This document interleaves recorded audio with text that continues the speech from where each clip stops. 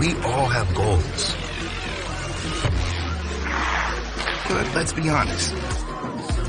Most of us aren't going to be professional athletes. But if your goal is to finish your degree, we can help. Come to a university that puts your goals first. Bellevue University, your partner in finishing goals.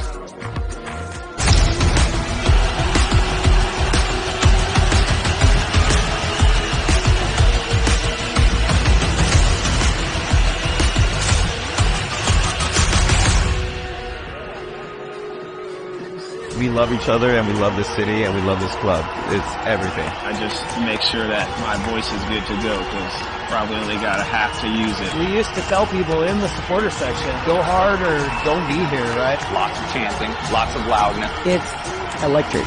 It's loud. It's exciting. 195 days they waited. This was a glorious victory at home.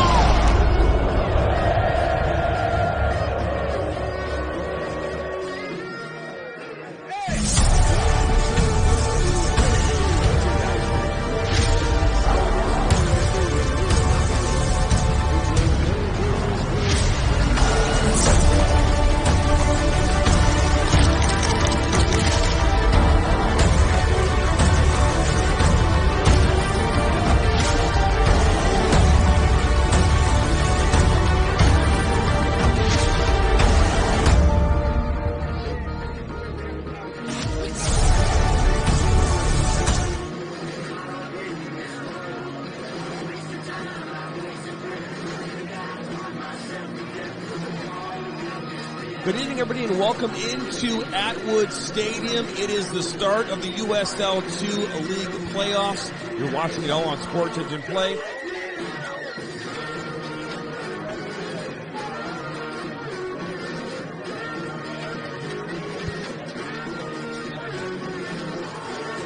Really good. If we talk about what happened and what took place in that matchup, I mean, you can't have asked for a better start to playoffs. My goodness gracious. Yeah, those two teams, it will never end in regulation. It's 2 straight years where we needed more than 90 in extra time in order to get it done. I was really inspired by the way that Wayne played in that ball game. You get down early 2-0. And again, I was talking about that on the broadcast with Dan. That's not a position they're used to. It's really not a position or a spot that they're used to. They really had to battle back in that game. They had to climb back up the hill.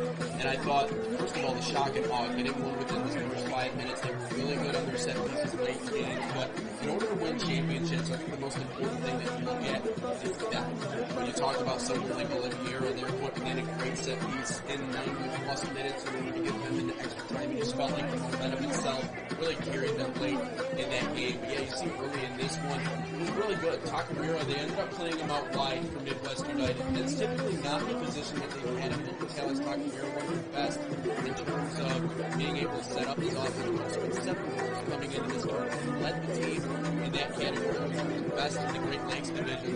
Really helped them storm out that 2-0 lead. And then you see here in the second half, these strikes that I've seen all year on calling games here. So that was really one late substitution for that team. I thought they were exceptional. The way they substituted. And again, at the end, a great assist in the middle there, able to take the lead and go on to the win in that one. So I really think it was all included. I thought that the substitutions were great. I thought the players and the way they shifted things going into halftime changed and allowed that opportunity for them to come out victorious. So, yeah, it was really a great rally. And, again, an opportunity, if Flint's able to get the job done here tonight, to maybe get a little get back after the playoffs last year. And no question about that. I mean, first off, we talk about it all the time. It's not how you start, it's how you finish. And in that first game, Midwest United coming out, starting 2-0, and then obviously 3 unanswered goals from Fort Wayne to move on to the conference finals here coming up on Sunday. Up next now, Flint City Bucks. We talk about how they're the gold standard of the USL League 2. They are taking on Steel City, another team that's been very, very successful over the years. Both teams coming in after winning their league. Let's talk about this matchup. Flint, again, they've been here 26 times in the past, right? They've been here consecutive years in a row. The last time they missed the playoffs was back in 2018. What does Flint here have to do tonight to win this game? Well, you got to pour it on early. I mean, I think if you have a 30-11 goals for, goals against, that's exactly what They hit you with shock and awe. They hit you fast. They hit you furious. That's something that they do really well. You look across the way at Steel City FC. I think defensively they've done a really, really good job this year at dropping back and defending well early. But if I'm Flint City, yeah, try to stretch the field against the Steel City team. Try to get them off balance early in this ball game because we've been talking about it a little bit. A lot of their games have been one-goal games. They've won a lot of close ones. Lone team, lone representative in their conference in order to make it. You see 3 ties on the season as well. So finishing is going to be top of mind if you're Steel City. On the other side for Flint City, get after it. I mean, and start the game fast. See if you can't get out in front because if they're able to control the tempo of a game, we've seen that really work out well for them. They got a lot of talented players, some of the top performers down the stretch for this Flint City team. You know, there's a few I think of. Donovan Phillip is one of the top performers in the entire USL League too. They actually just had it right up on him on the website. So they got a lot of talented players. Try to catch these guys off balance to start this game and see if you can't ride that to the end. That's right. We have a lot more coverage coming up here on this USL League 2 Central Conference semifinal game here on NSN and SC Play. Don't go anywhere. Starting 11's national anthem and first half kick coming up right here after the break.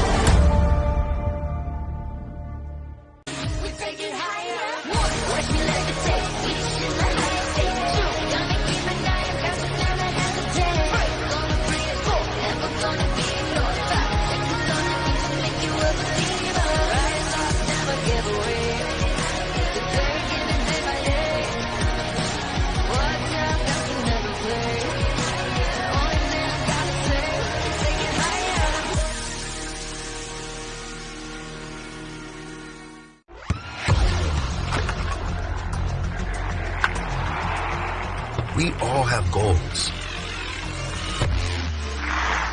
But let's be honest. Most of us aren't going to be professional athletes. But if your goal is to finish your degree, we can help. Come to a university that puts your goals first. Bellevue University, your partner in finishing goals.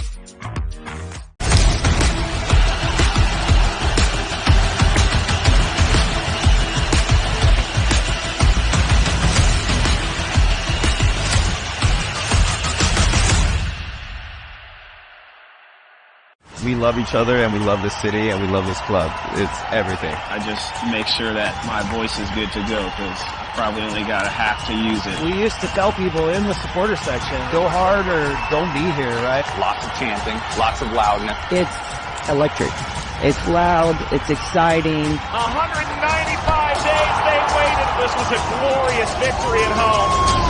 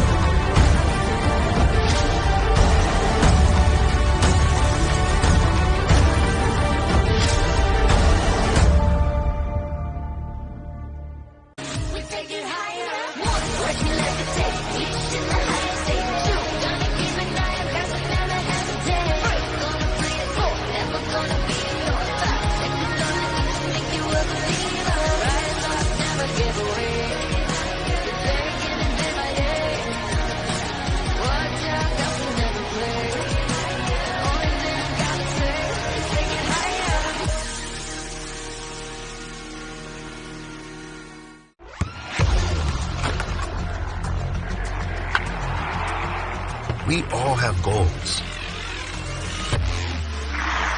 But let's be honest. Most of us aren't going to be professional athletes. But if your goal is to finish your degree, we can help. Come to a university that puts your goals first.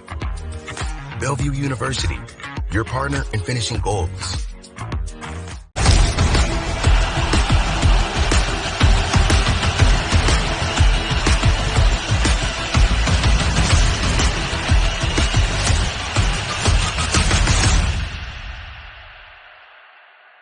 We love each other and we love this city and we love this club.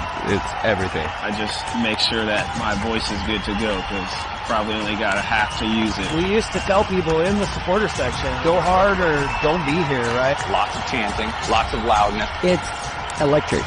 It's loud. It's exciting. 195 days they waited. This was a glorious victory at home.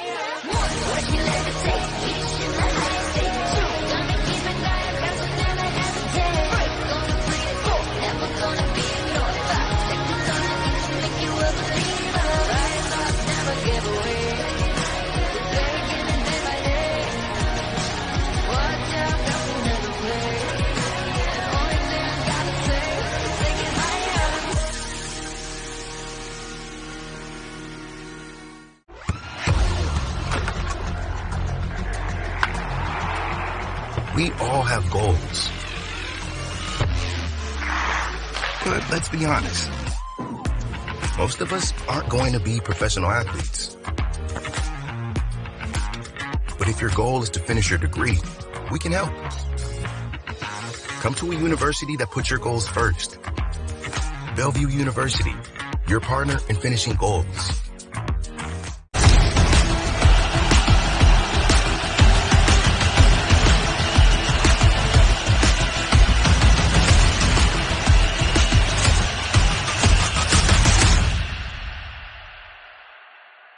We love each other and we love this city and we love this club. It's everything. I just make sure that my voice is good to go because probably only got a half to use it. We used to tell people in the supporter section, go hard or don't be here, right? Lots of chanting, lots of loudness. It's electric. It's loud. It's exciting. 195 days they waited. This was a glorious victory at home.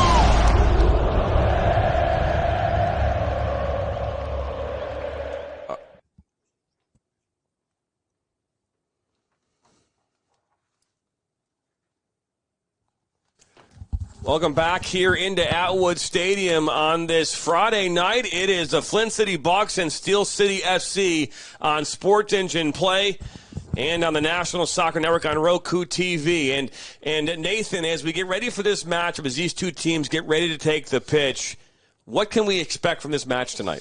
Well, it's going to be high-flying action. I mean, as we come to expect in these playoffs so far, we've seen in the matchups leading up to this one, a lot of close ball games, a lot of intense ball games. But what I will say is that you'll see some of the best in this matchup. And I know that Flint City, we talked about, we tend to use the phrase gold standard sometimes when we talk about certain teams, especially going into this USL 2 playoffs. Flint City is exactly that. They've been the gold standard in the USL 2. The one player in particular that I'm looking forward to seeing the most, though, is Donovan Phillip. What an unbelievable finish he had to this season in June.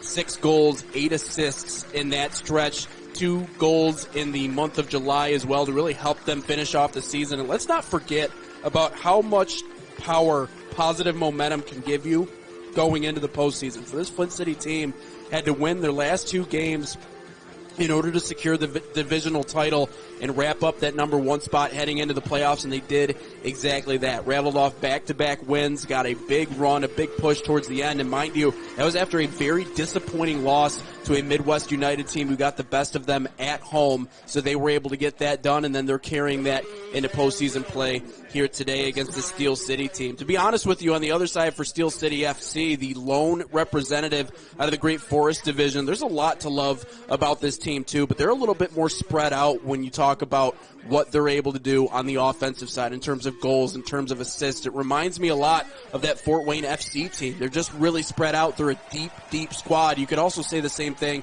about Flint City, though. What I will say, when you look at both of those stats, and we looked at them during the pregame show, defensively, these are two really strong teams, so it'll be interested to see how the clash of styles will end up working out in one of their favors here today. And there's a look at those numbers again up on your screen. 3 losses for Flint City. I think they just couldn't finish in a couple of the games that they had this year. On the other side for Steel City, a few more draws, 3 of them on the year. Flint City 0 during the regular season. So it's going to be important to just see what style of play matches up well going into this matchup.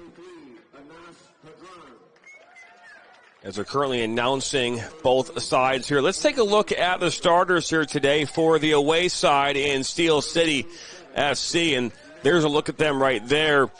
Joshua Lane in goal here this evening for Steel City. Your back line made up of Menon, Afabu, Fiskus, and Koa. In the midfield, Greka, McIntosh, and Hadran, Bordeaux, Prez, and Irvin make up the top 3. Yeah, and that midfield is really strong, too. I look like Anders Bordeaux has been so good this year, and he can do it in a lot of different ways. 2 goals, 2 assists, and it's going to be really on that part of the back line. He's playing on the back line here today, but 2 goals, 2 assists on the season. It's going to be the big focus in my mind. How are they going to set him up on the wing? Is wing play going to be a priority here today, or are they going to attack through the middle? He's really important. Another player in that list, Grant McIntosh, has been awesome as well. Tied for the league in terms of 3 goals on this team, right alongside Nicholas Garcia. So a couple of different players that should be focused on going into this one. And then a look there at Flint City, coached by Paul Doro. You've got Jakub Griziak, again, in goal here once again for Flint City. Kedgley, Jones, Pondeka, Dennis, all in that back line. Munz, Kadua, Rambalt, and Carnivale in the midfield. Ayala and Phillip, a very dynamic duo up top. And, I mean, you can't really say you can't say enough, rather, about their work in goal, too. I know we want to talk about the offense and how highly talented those guys are, but Jakub Griziak has been amazing as well. 27 saves this year. If there's really one reason you can point to why Flint City has been successful, they've been strong in goal as well. Yes, they have a good midfield. They're able to put a lot of pressure on you. We've seen that in a lot of their games this year, but you only get to this point because of what you're able to do in goal, and he has been outstanding in between the pipes. So expecting to see more of that here in this one here today. No question about that as they're continuing to announce the players here at Atwood Stadium. In a moment, we'll have the national anthem, which we will step aside for that. A crowd continues to roll in here at Atwood Stadium on the campus of Kettering University in Flint, Michigan. This is the home of the Flint City Bucks. So, Jakub Griziak, we just talked about him. And, down the stretch, if you start talking about wanting to win championships, it starts with solid defense. It starts with great goalkeeping. There's a lot of things that have to just fall into place. But if you have those 2 things in place, it makes the road to the championship that much easier. And it just takes so much pressure off of everybody else. I mean, when you know you can rely on good goaltending, that really gives you an opportunity to get out and run in transition and do the things that you need to do. That's not saying on the other side that Steel City doesn't have a solid presence in net. I mean, I think Luke Fiskus has been just as good this year. And obviously when you see the way that, they've been able to win a lot of games, yes, but they have 3 draws. And again, I think when I focus on that in particular, to me, it's going to be how do they execute late in the games? Do the legs hold up? Are they able to execute in big spots? As we will pause here for the national anthem, be back here right after that.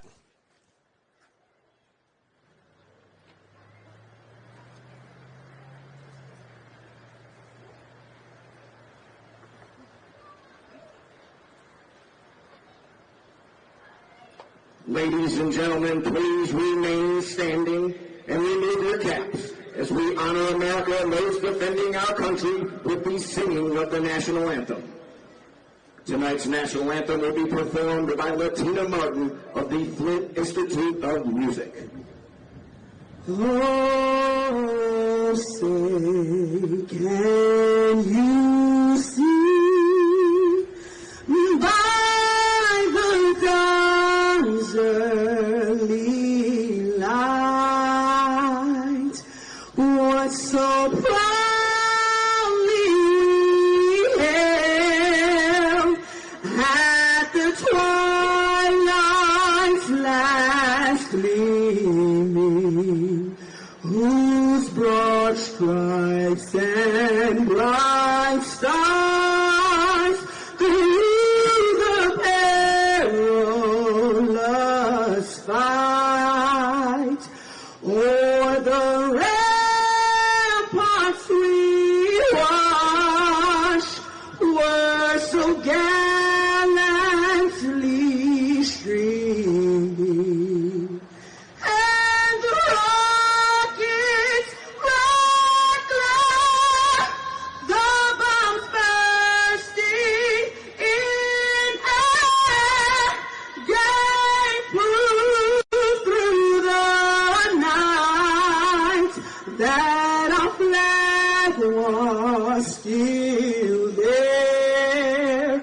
Oh, say does that star-spangled banner yet wave for the land of the free and the home of the brave.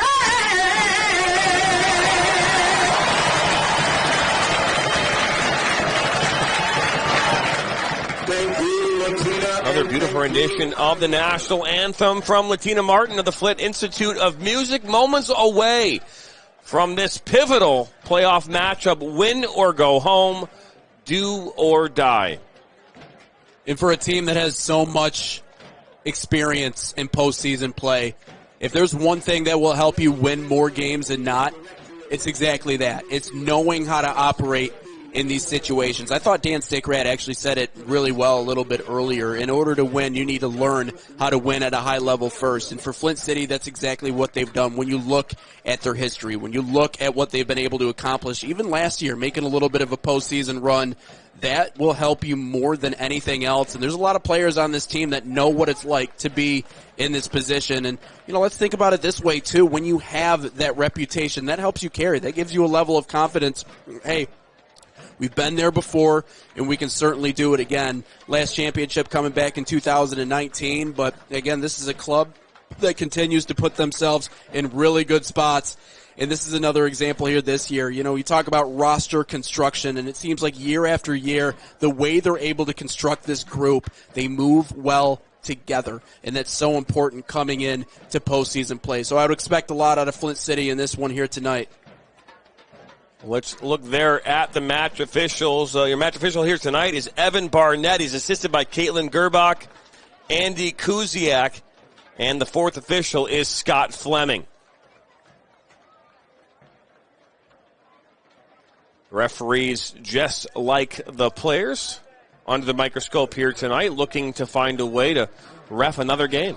Right, yeah, well, and it's been intense, too. We saw the end of the Midwest United game, and, you know, when you're in a position like this, like, let's face it, you know, emotions are running high, and so it's going to be up to these guys to keep their cool and keep their composure late in games. Obviously, we saw things kind of fall apart for United at the end of that last game that we did, but yeah, these are the ones, you talk about postseason play, having to deal with the energy and the emotion of an atmosphere like this. You're a former referee yourself. I mean, you've been a part of big matchups. You've been a part of big games. You know what it's like to be in an environment like this And obviously with Flint City and their supporters and just how much they rally behind this team, you know it's going to be intense. But on the other side for Steel City, looking to play spoilers. This is a group that I wouldn't say is unknown. I mean, they've had a really good season, but in terms of the other side and playing Flint City here in Flint and the history that they do have, trying to leverage that at the same exact time. So there's a lot to love about this matchup. And again, two different styles.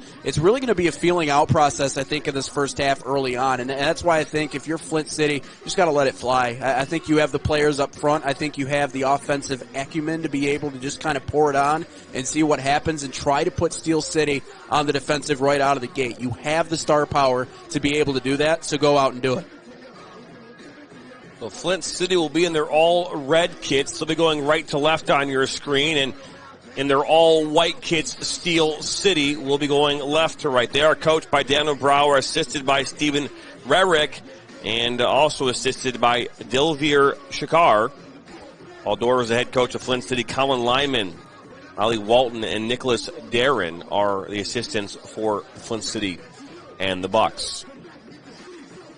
A beautiful night here in Flint, Michigan. Last time I looked, it was in the mid-70s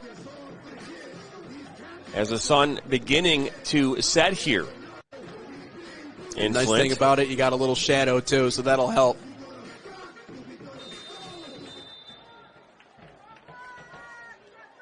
And here we go, officially underway from Atwood Stadium. Jonathan Turner alongside Nathan Wangler. It's USL League 2 Central Conference semifinals on Sports Engine Play and Roku TV on the NSN app. And just like Flint has done time and time again, they start very patiently. They start with the ball in possession, and they will work this entire field tonight there, Nathan. And that's what makes them so good, that they're able to spread the field, but they're also patient in attacking too. And we've seen that before from this team. If you're able to spread the field, it allows you more lanes and more avenues to maybe put some more through balls up front. And when you have the speed and athleticism up front, as long as you have good touches, you're going to give yourselves opportunities on the offensive end. And yeah, I mean, the few games that we've done, the few games that I've done in covering this team all year long, they're able to hit quick, and they're fast as well.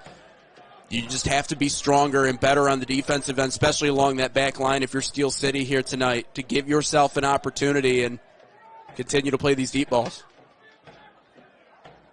Ball right around midfield. McIntosh battling there with Bart Munns. Was looking for Ayala, and this will be cleared up over midfield and settled back down by the Bucks.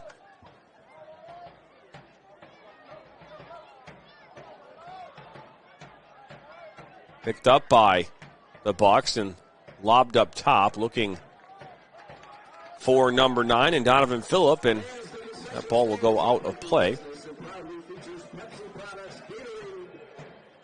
Talk about that first game here. It was an exciting one. Again, you talk about how Midwest United started off strong in that game. I mean, they had scored 2 goals in that first half, and then 3 unanswered goals, of which 1 in overtime. The game winner by Fort Wayne have punched their ticket into the conference final here on Sunday, playing the winner of this game.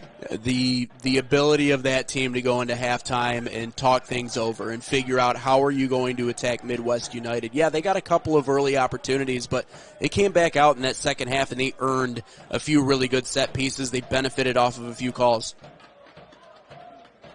And that's what allowed them to put up those 3 unanswered. But they were really advantageous in the way they went about that game. Good battle on that far side. Bordeaux down by the end line. Look to slide it across. It makes its way through and in! Steel City take a 1-0 lead in the 3rd minute off the foot of Grant McIntosh. Actually, I think it's number 23 and Anas Hadran who put that one in. He did. And Hadran and Steel City have come in and made a huge statement here in the 3rd minute. Man, you were talking about playing wide in Flint City, using the entire field. Well, how about that? They are good winger play, had bodies back towards the middle, Perfect timing. Look at this feed, too. Just fits it through two different defenders. Little deflection off the foot there before he was able to put it in. I mean, just brilliant. Using the sidelines that time, opening yourself up, and finding your striker back in the middle. That build-up was exactly where they needed it to be. And what were we saying during the pregame show? How important was it for the team to strike first? Whoever it was, Steel City or Flint City. If you strike in the first 5, it's going to give you a really, really, really good opportunity to control the momentum of this game. And when you look at the crowd that's around us, getting an early one like that on the road in a playoff situation is everything. Bucks now looking to answer that third-minute goal by Anas Hadran. Free kick just awarded to the Bucks. I mean, if you're still City, that's the perfect start. You couldn't have asked for a better start. You're coming into an area, into an environment where you're playing against a team in Flint City who have been here time and time again. Yeah, and if I'm Steel City's head coach too, and Daniel Brower, I mean that's exactly what I wanted out of my team to begin this game. Take the crowd out of it. If that's the first thing you do, take them out of it. That's going to give you an opportunity to really settle down those nerves.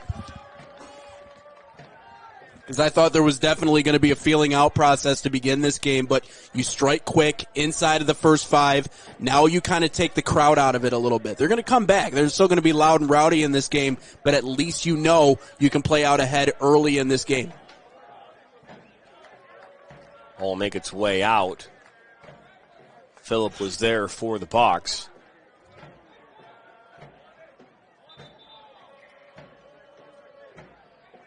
I mean, you and I know, like, playoff atmospheres are different. It's different than a regular season game. It's different than a friendly. And if you're the road team, especially if you're going into a hostile environment, you have to. It's almost imperative. Be the first to strike. Be the one, what do coaches talk about all the time, setting the tone, right?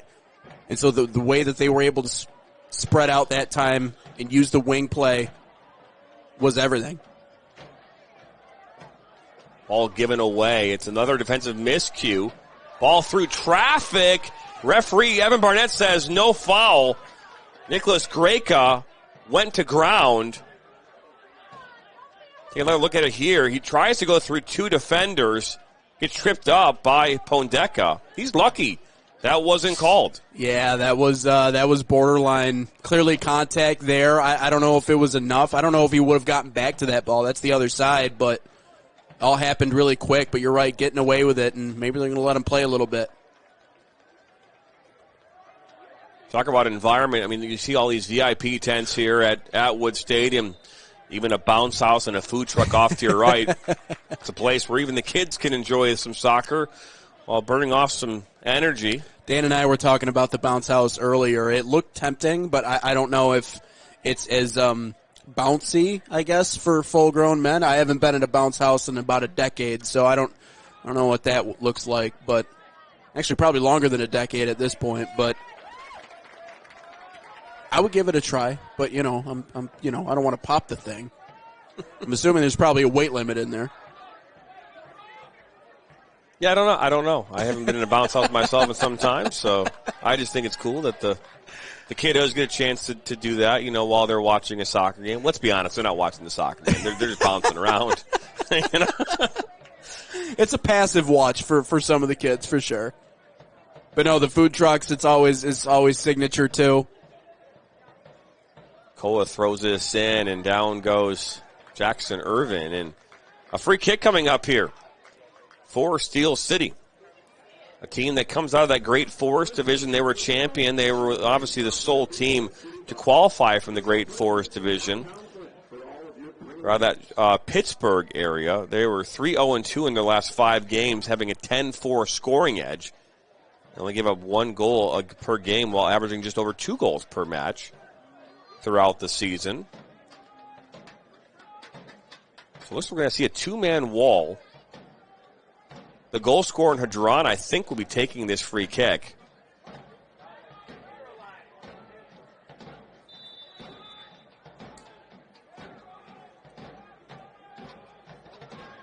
Ball is sent in. Actually, it was kicked in by Bordeaux. Popped back up in the air by Menon.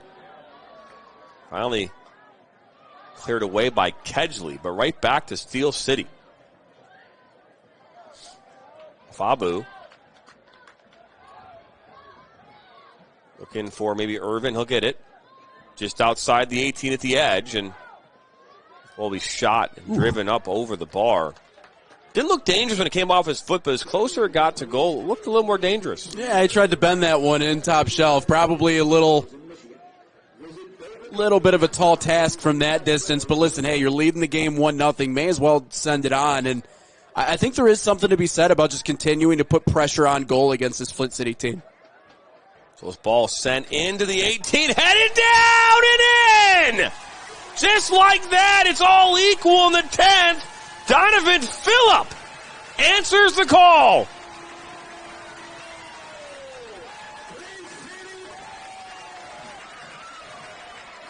What a beautiful cross. Sent in, back post, and headed down towards that near post. Phillip. We're all tied up here in Flint. I mean, what more can you say about the kid? I mean, player of the year in the Great Lakes Division is someone that had a really good write-up on him, part of those top 10 players to watch out for coming into the postseason. Donovan Phillip was one of them. And, I mean, you know a lot about him, and is a kid that played for Oakland, now at NC State, and he's been around the Division I levels. But, I mean, athleticism, he can go up and get it, and you see them setting him up a lot in this game. That was another great deep ball over the top, a powerful head. And I mean, the run that he's been on to finish the regular season, if you're Flint City, you have to ride the hot foot. And that's exactly what they did. And what an unbelievable response by this team after conceding the early goal, getting one back just minutes later. I didn't suspect that this would be a shootout, but now with two just north of 10 minutes, this might be turning into it. But it has not necessarily been the game for either of these two teams. Yeah, Flint City can pour it on. Steel City's had some really good offensive outputs, but thought maybe we'd have more of a stalemate in this first half. Boy, was I wrong.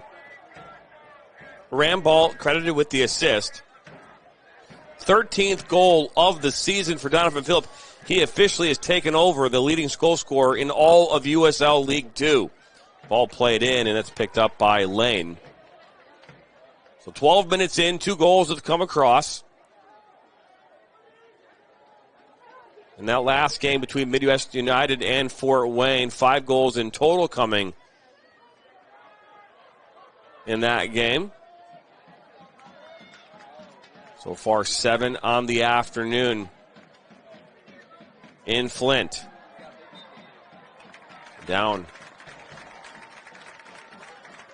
went Kadua. So now a free kick coming up here for the Bucks. Played short. He played into the box, and good defensive work, but earning a corner kick, the first one of the match. I think it was last touch by Anders Bordeaux. And they'll play it short again. Carnevale now. Looked like the curl one into the box.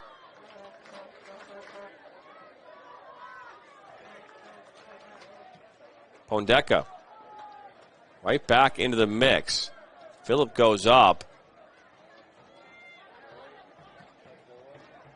Another ball popped right back up into the mix. We have not seen Flint really playing very direct throughout much of this season.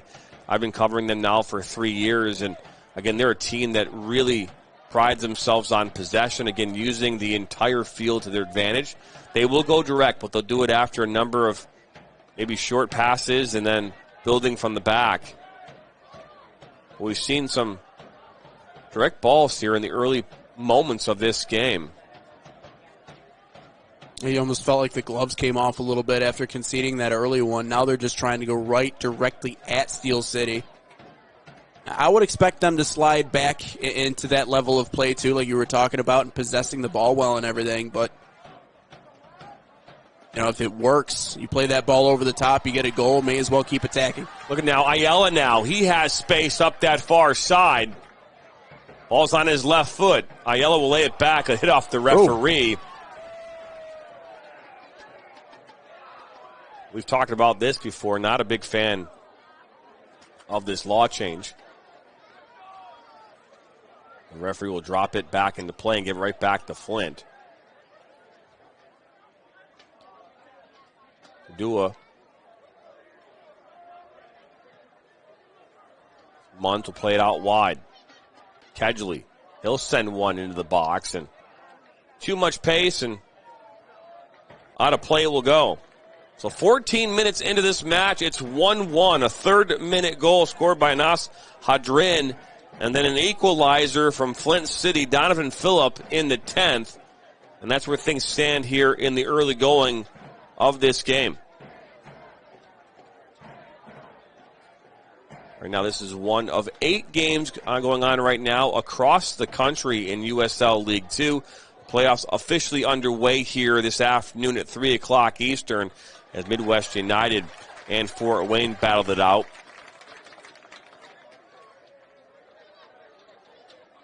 So a number of games go into overtime here this afternoon. We see just about everything you can see in a soccer playoff first round. We've seen red cards. I think one game had 3 red cards in total. That was another field. In the last game, I think there were 3 as well, but 1 during the game and then 2 at the end at the conclusion. Bordeaux lays it back. Yeah, I mean, you hate to see it, but I also think there was that element of Midwest United was just emotionally a little distraught after that game, and I think they saw the opportunity to advance to the second round. It was in their grasp, and for whatever reason, Fort Wayne was able to figure it out, and I think that's kind of what led to that, and obviously some calls, some borderline stuff that didn't end up going their way at the end there that really led to the mess at the very end, but I got to give credit to the players that were out there holding people back and making sure it didn't get too far out of hand. Oh, look at this ball almost making its way in for Hadron again. We can talk about composure, and composure is a real thing. We saw it in their first the first 3 minutes of this game. You know, a ball's coming across, a simple ball, and you could argue in that moment, just positioning wide, that ball went through the legs of a Flint City Bucks player. And you could talk about composure and a lot of other ways to describe that moment, but to be fair, in that moment, player didn't have the composure necessary to handle that ball, and therefore it led to a goal, a pretty easy goal for Steel City and Hadron. When you're talking about elimination games too, when you're in postseason, like those moments mean everything. I mean, you can be so good for a 12-game stretch, but just sometimes one bad break, one bad angle, one bad something can end up really standing tall and making the difference in the game. It's the whole reason why we're tied at 1 as opposed to a 1-0 lead for Flint City. So it looks like a 5-man wall, 4 upright, 1 down low. As a player, by the way, when I played, that never happened. That has only been introduced in the last number of years. As the wall will jump, they'll try to send the ball low. Bordeaux will fire one off the woodwork and in! What an unbelievable strike and an even spectacular flip. Woo! My goodness. Steel City. 2 goals in the first 18 minutes of this game. I don't think you're going to see another one prettier than this. It bends around the wall and goes towards that far post. Oh. The way that moved, I mean, I don't know how that sneaks past Griziak like it does, but Bordeaux...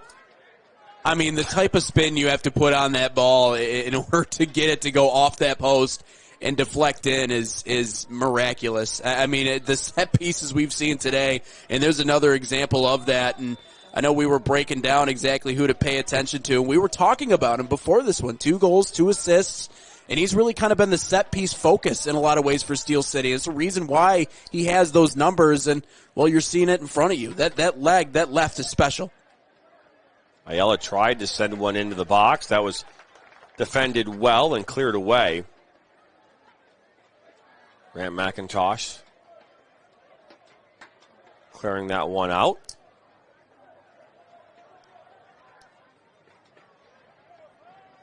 This ball curled in towards Phillip. Yeah, look at Phillip. I mean, he's got people hanging all over him. If that tells you anything about what Steel City's focus is defensively here tonight, if you take one person out of the game, try to at least take Donovan Phillip out of his game. That's going to help you the most in the long run, because he's someone that not only can improvise with the ball in his foot, but obviously the size and athleticism. Now Ayala.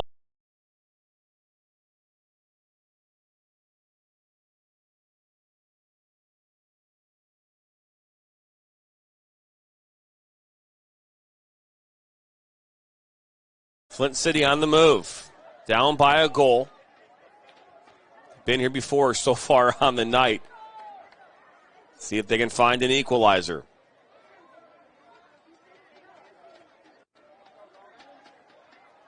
Ball makes its way out of touch. Last touch by Kedgley.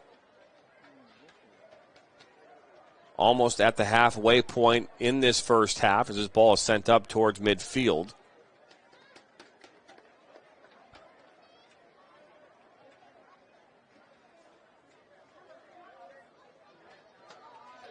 Work by Ellis Jones.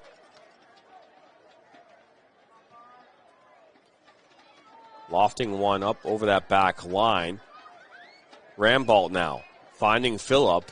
Right back to Rambolt. He's got Carnevale right in the middle of the park. Instead elects to play to Dennis on this near side. Wide open from Ayala. Rambolt.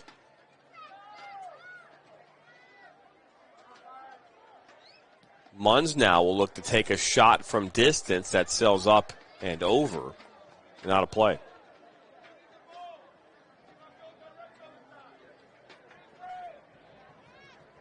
A lot of action going on right now. Asheville City and LA Crew currently in the 85th minute. It's 3-2. That game was delayed due to lightning, almost an hour and a half delay from its original start time.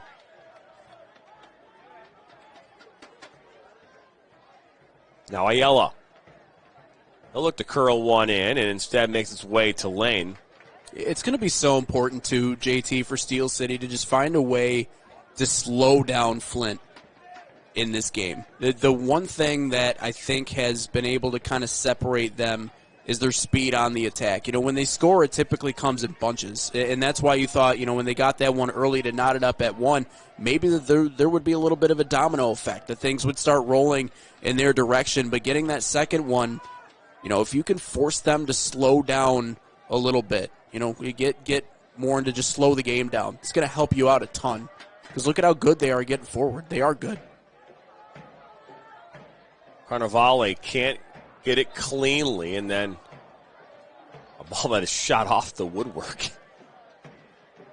Hudson Valley and Vermont Green are currently battling it out right now. It's 1-0 in favor of Hudson Valley in the 52nd minute, but a penalty kick is taking place right now in favor of Vermont Green.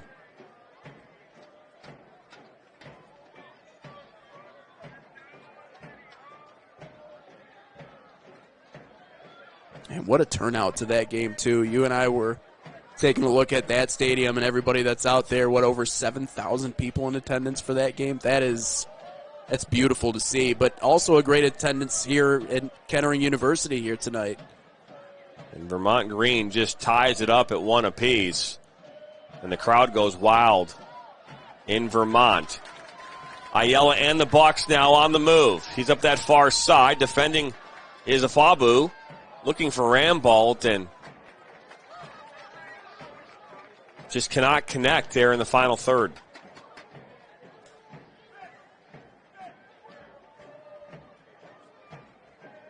So over the halfway point of this first half, Jonathan Turner alongside Nathan Wangler.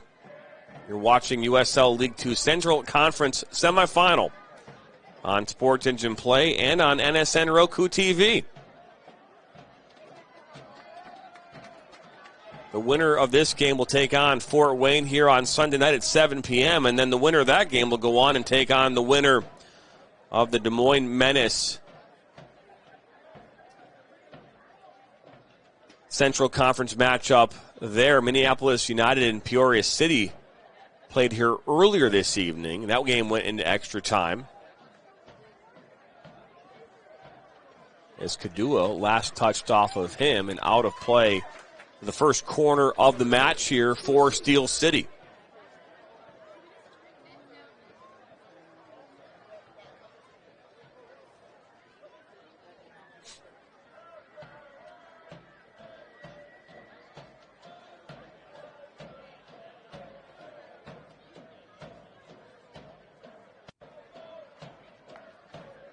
McIntosh will take this corner. Check that, it's not McIntosh. Might be Irvin. Jackson Irvin. This ball sent in high and towards the back post. Put back in by Menon. Up over the crossbar. That was dangerous. Hit off the head of Nathan Prex.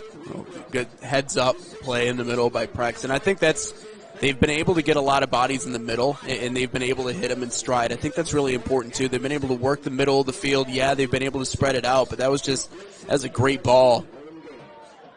Nearly got their third one.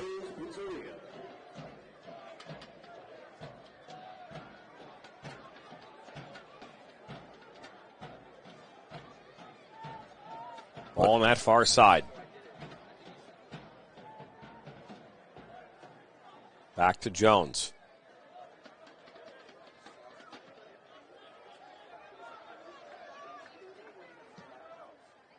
Big ball switch to that far side. It's a beautiful ball. Phillip playing towards Rambolt, and that was intercepted, but right back now to Flint City. Carnevale met by two defenders. Ooh. Gets through both of them and plays it back now to Kadua.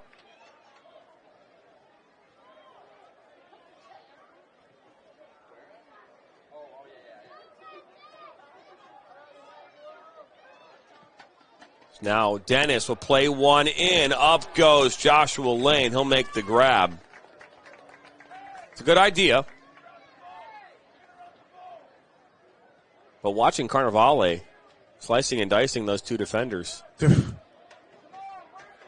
Footwork, good at possession. I mean, you talked about it earlier. Right? It's this team that's very good at possessing the ball and setting up opportunities for themselves, and we've even seen that. I mean, but Steel City, to their credit, been pretty good at playing in their defensive end this year. That's something that's really helped them win a lot of games.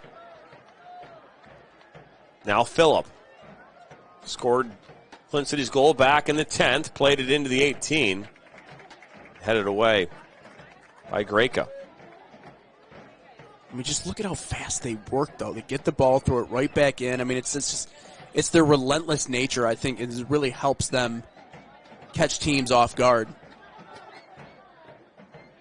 Again, using the entire width of the field. Dennis. Good defensive work by Steel City. Koa. Ball taken away. Ayala. Carnival, look at this now. Phillip! In the back of the net! We're all tied up 2 apiece!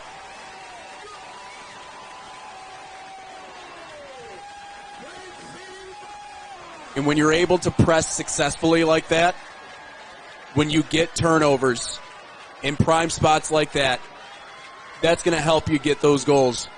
And Phillip towards the middle off a great ball. That was a great touch to hit him in stride in the middle. You know, Phillip almost kind of reminds me of, you know, he's almost like a good receiver. You know, he's like someone, it's like he's over there, he's down there. You just got to put it on his foot in stride. And I know he's got a lot of power too, but that was just grace. Great touch to get it to him.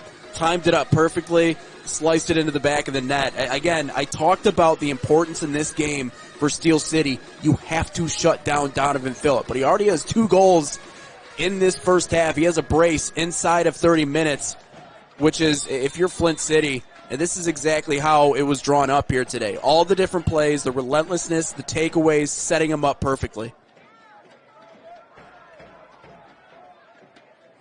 Donovan Phillip having a brace to start this USL League 2 playoff Central Conference semifinal. You couldn't ask for a better start from him. His 14th goal of the season. As Phillip now just outside the 18 goes down like a ton of bricks. We'll keep playing.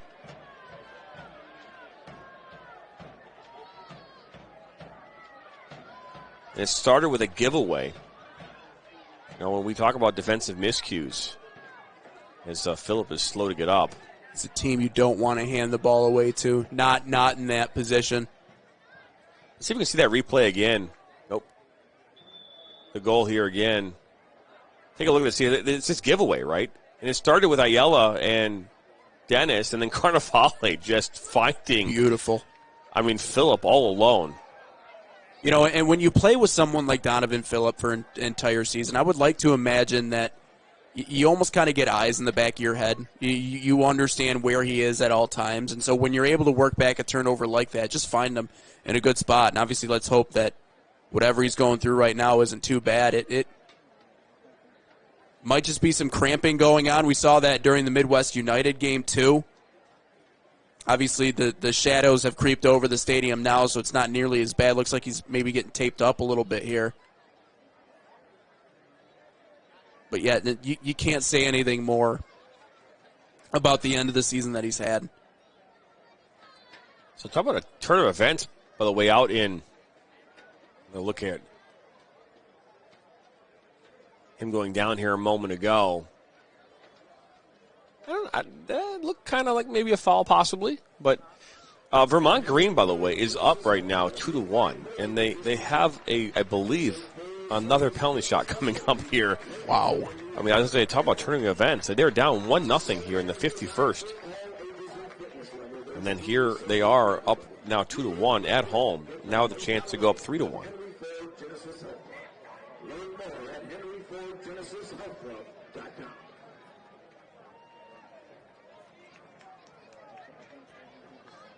So Phillip steps off for the moment.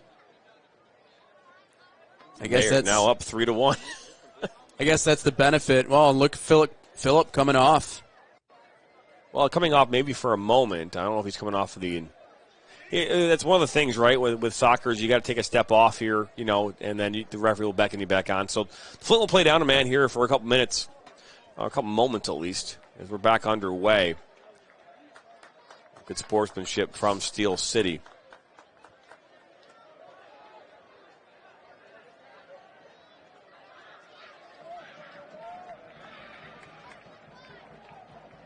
Kadua. Now Munns playing it up top towards Ayala, and that's picked right back up by Hadron and Steel City. We've seen them go up a goal twice in this game, back in the 3rd minute, again in the 17th minute. Each time they've gone up, though, we've seen equalizers from Donovan Phillip.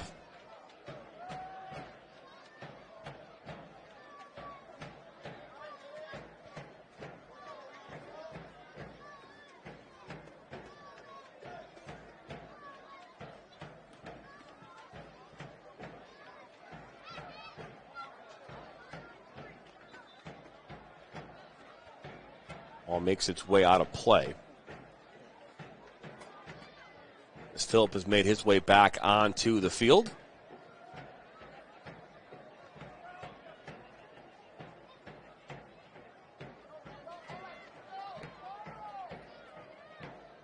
Ball might skirt out, stays on for the time being, and now Hadron. Now Kadua. Looking for Ayala. Waited on that ball too long. Ball cleared up over midfield, and Ellis Jones will track it down now for Flint City, and Steel City will have it back at their feet.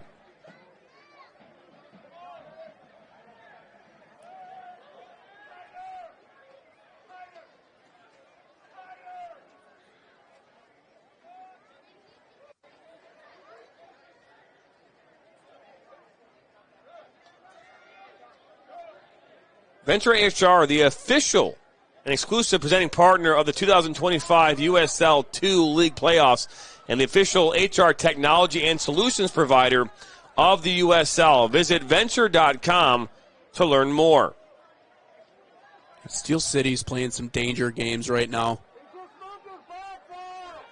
I get it. You want that slow build. You want to build up and work your way up the field with that short passing. What do they call it? Tiki-taka? Is that what they call it? I mean, I get it, and that's their identity, that's the way they play the game, but you continue to play danger games if you continue to give away the ball the way that they have, and Flint City just dominating possession right now in this first half, and you see it. It's almost kind of amazing that the score is what it is. Kedgley. Phillip.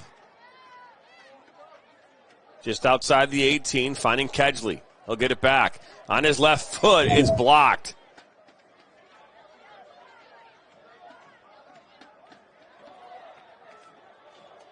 All the way back now to Jones, and they'll reset. You are watching the USL League 2 Central Conference semifinals on Sports Engine Play and on Roku TV on the NSN app as this ball is played in and cleared away. Also watch the USL Goal Zone. All games right now on the same screen across the country. First time ever in the history of the USL it's ever been done. It's pretty cool. Kind of like March Madness vibes a little bit. You know, you got every single game going on all at the same time. I love it. Yeah, I love the format.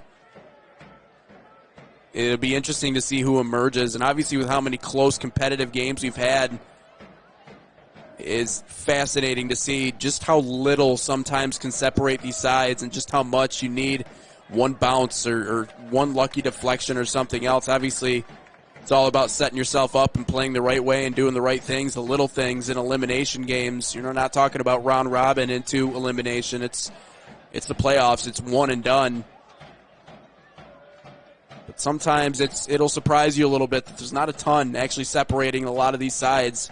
Just have to get breaks to go your way. Playing it up top towards Phillip. Ayala almost comes down with it. Now Kadua playing it to Dennis. Carnevale.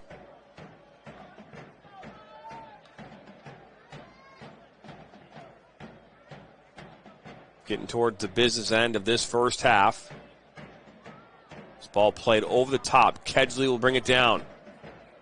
Play one towards the back post. Now Lane gets a touch on it. Carnevale was right there as well. He'll head it back now to Dennis. That was a dangerous ball from Kedgley. Flint continues to pressure. Well, that's a great tackle by Carnevale. Hadron, good battle as well.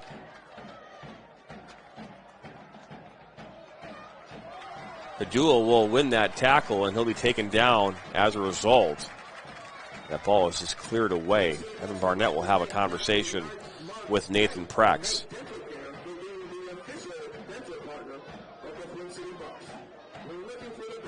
That's a foul. Equally impressive kick from Prex. Surprised that didn't earn him a yellow card. Typically you might see that, but we're back underway here now. Thank you for confirming that, by the way. Simple fouls. It's important. Nothing it's about important. that. No card deserving there. It's all good. Let him play a little Maybe bit. the card for kicking the ball away, but that would be a foul as well.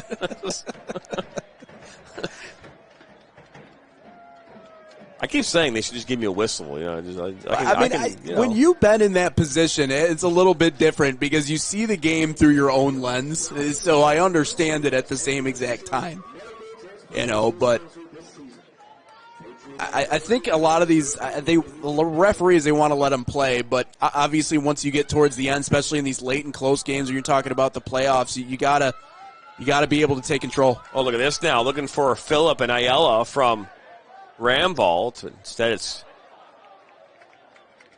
cleared out of play. I will say, the one thing that's been really impressing me about Flint City in this first half is they haven't been in offsides positions a whole lot. The way they're breaking on a lot of these balls right now has been impressive. We've seen Steel City throw their arms up a few times to try and catch a player in an offsides position and maybe draw a call, but they're breaking on these balls wonderfully right now. Some of these passes just not connecting with Phillip up the middle, but they're right on the precipice of taking the lead in this first half. Good cutback by Ayala. He'll get it back on the give and go. He's got Phillip. Pushes it to Dennis instead, who will play a long ball towards that opposite side of the pitch. Played into the 18. This ball will make its way out of play.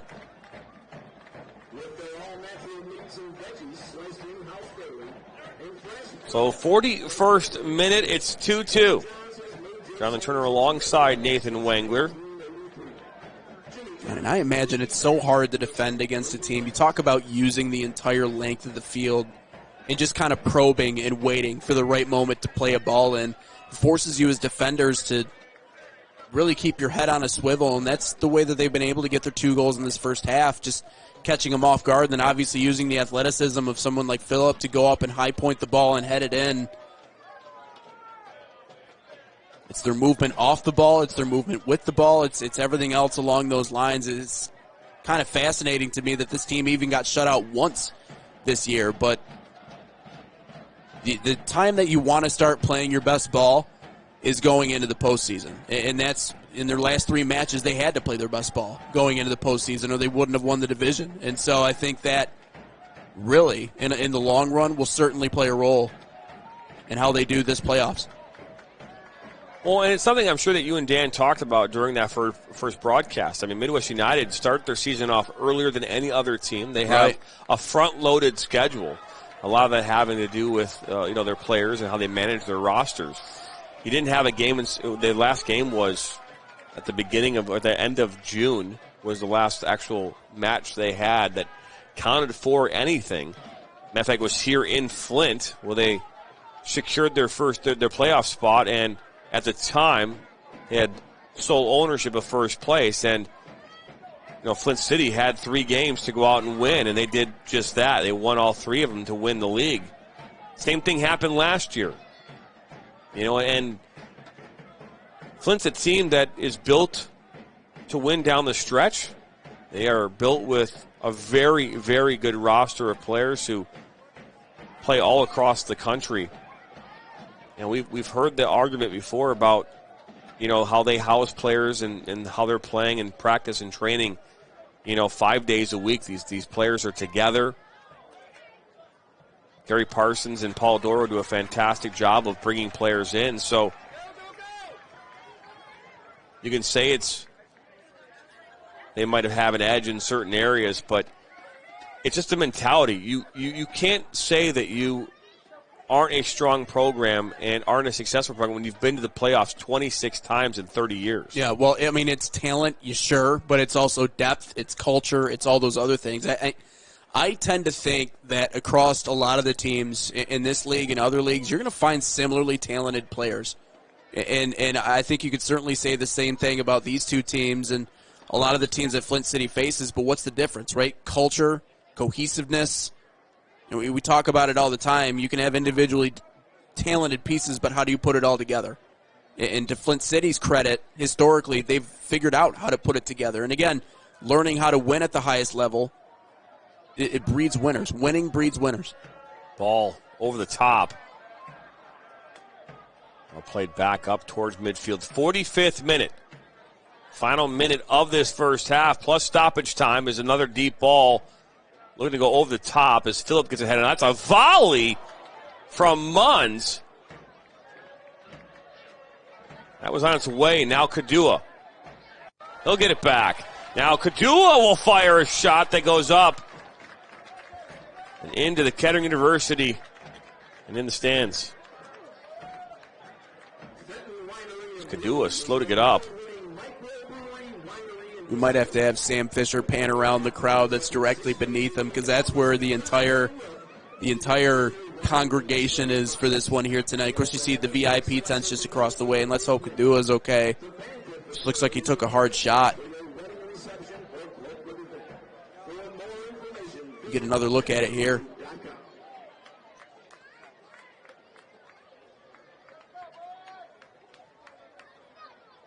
Yeah, I mean, it didn't look like there's a ton of contact there. I mean, maybe that's a situation of trying to get a little PK there. He may connect. He did connect with. Oh yeah, he did. Yeah, definitely did. Fafabu's, I think it was right foot. They both, and he took a shot. They connected right there. I mean, those will hurt. They will definitely sting. They don't make cleats like they used to. Back when I was a kid, again, the cleats were a little bigger, a little thicker. You actually wore shin guards back then. Now you just basically, I think, tape, a couple pieces of paper there and call it a shin guard. What is it with equipment getting smaller across sports? I don't know. Speed, efficiency, and feel like it slows you down a little bit. I mean, heck, Well, we were talking about this. I mean, with the whole Aiden Hutchinson injury, if he was wearing shin guards, would that have happened? Actual shin guards? No. Yeah. I'm just thinking, if he was actually wearing shin guards, would that actual injury have happened? No, compound fractures are a compound matter, but there's probably a lot that goes into that. But oh yeah, they want to be fast. They don't want the equipment to hold them up. I get it, but it'll come back to bite you sometimes. So 2 minutes of stoppage time has been added. I'm not sure if we'll have any additional stoppage time due to Kadua being down. Could have a couple injuries here during this first half. So Lane will put it back into play.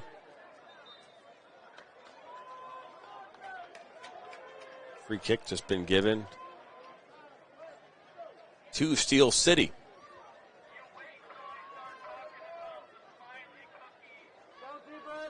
Looks as though McIntosh will put this back in play.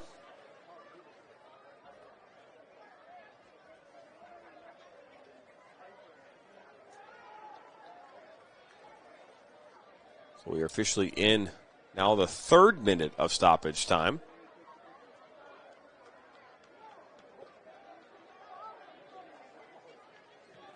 Man, what a first half, though. You couldn't have asked for a better first half from these two sides. Phillip with a hitch kick will play it up towards midfield. And Evan Barnett will blow the halftime whistle. And we'll go to the halftime break. 2-2 here at Atwood Stadium. It started off in the 3rd minute, Anas Hadran putting one in the back of the net off of a defensive miscue. And then an equalizer in the 10th minute from Donovan Phillip. This will be right here. This is his first goal that we're talking about. Coming across. Again, Carnevale just could not get that one cleanly. Who wants that one back? These are these early chances, for Steel City in this first half. They had that 1-0 lead, and then here's the equalizer off the head of Phillip. What a great ball coming in from Rambald, headed down. We were all tied up in the 10th, and then this free kick. Still have no idea how this went across the entire face of the 6. Caught Grisiak off his line, off the post and in. And then this was the equalizer again, is Carnevale finding Phillip, and Phillip puts it home. And we all tied up here at 2. We're going to stand to the halftime break. 45 minutes down here in this Central Conference semifinal. 45 minutes to go. We'll be back for the second half after this.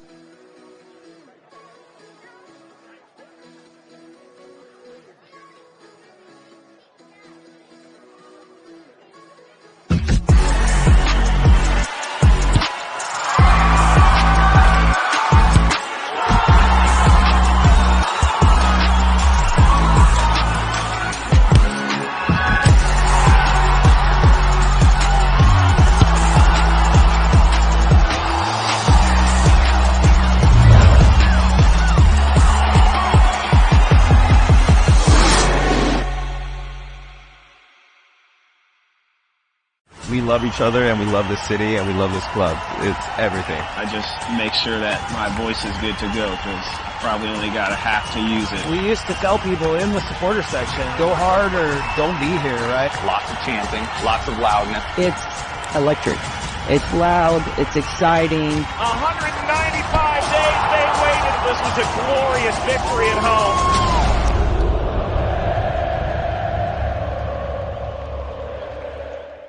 From the biggest matches to the hottest takes, Jonathan Turner and Nathan Wenger bring you the stories, the analysis, and the edge you won't get anywhere else. Streaming live weekdays at 9 a.m. on YouTube, Roku TV, Facebook, Twitter, and all major platforms. No filters, no fluff, just real talk, real soccer. This is Inside the Game.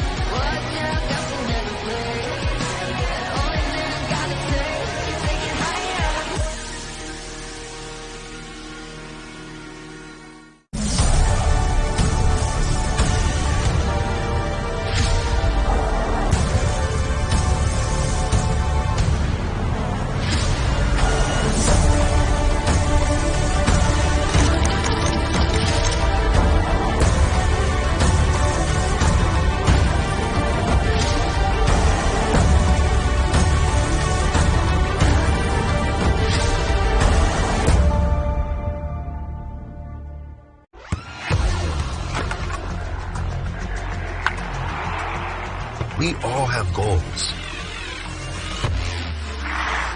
But let's be honest.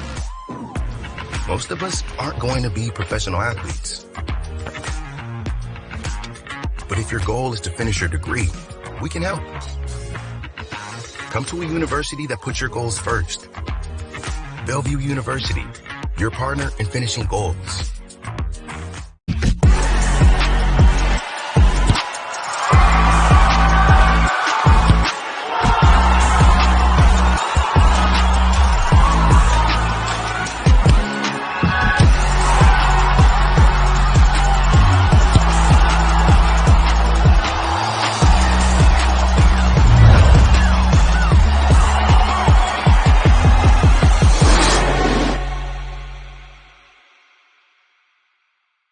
We love each other, and we love this city, and we love this club. It's everything. I just make sure that my voice is good to go because probably only got a half to use it. We used to tell people in the supporter section, go hard or don't be here, right? Lots of chanting, lots of loudness. It's electric.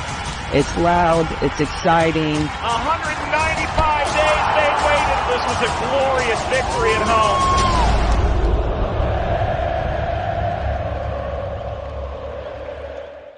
From the biggest matches to the hottest takes, Jonathan Turner and Nathan Wenger bring you the stories, the analysis, and the edge you won't get anywhere else.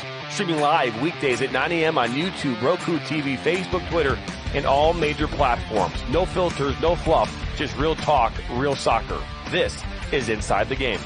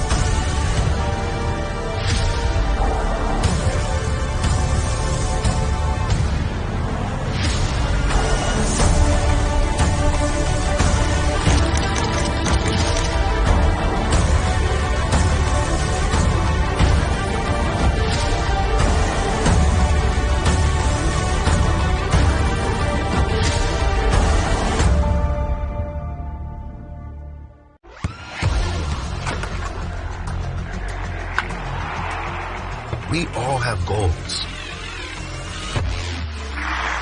But let's be honest.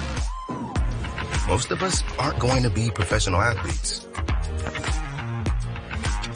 But if your goal is to finish your degree, we can help.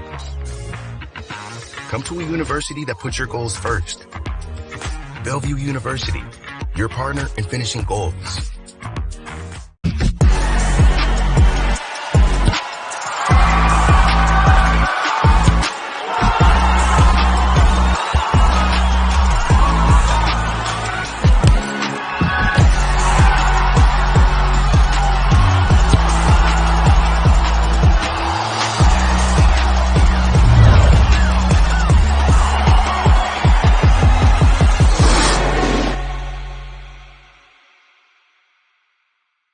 We love each other and we love this city and we love this club. It's everything. I just make sure that my voice is good to go because probably only got a half to use it. We used to tell people in the supporter section, go hard or don't be here, right? Lots of chanting, lots of loudness. It's electric. It's loud. It's exciting. 195 days they waited. This was a glorious victory at home.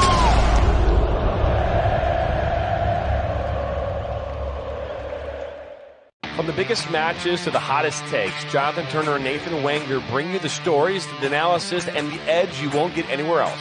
Streaming live weekdays at 9 a.m. on YouTube, Roku TV, Facebook, Twitter, and all major platforms. No filters, no fluff, just real talk, real soccer.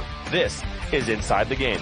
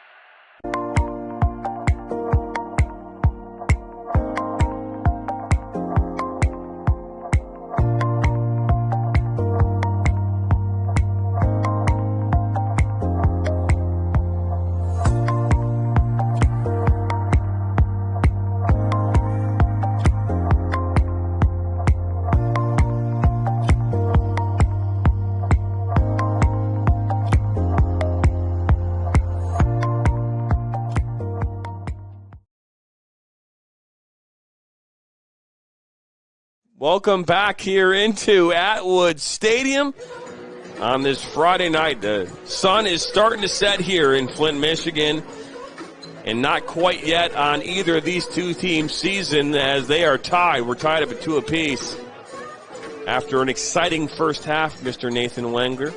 Yeah, and it's going to be important for Steel City in the second half to really get the ball forward, too. I mean, I love how comfortable they are working it out of the back, but we saw what happened when they were able to play with pace. I think that really helped them out in that first half, and we'll get a look at it here on the replays from what they were able to do in that second half. Just really aggressive in the offensive half, playing with good pace, forcing Flint City to play back on their heels, and that's what gave them the opportunity to get those early goals. But two evenly matched teams, man, and I'm really impressed with how Steel City's responded to this environment on the road in Flint City with the way that this crowd is, and obviously they're pumped up to see this.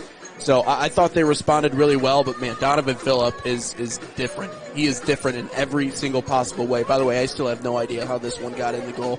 It's one of the more impressive set pieces I've ever seen.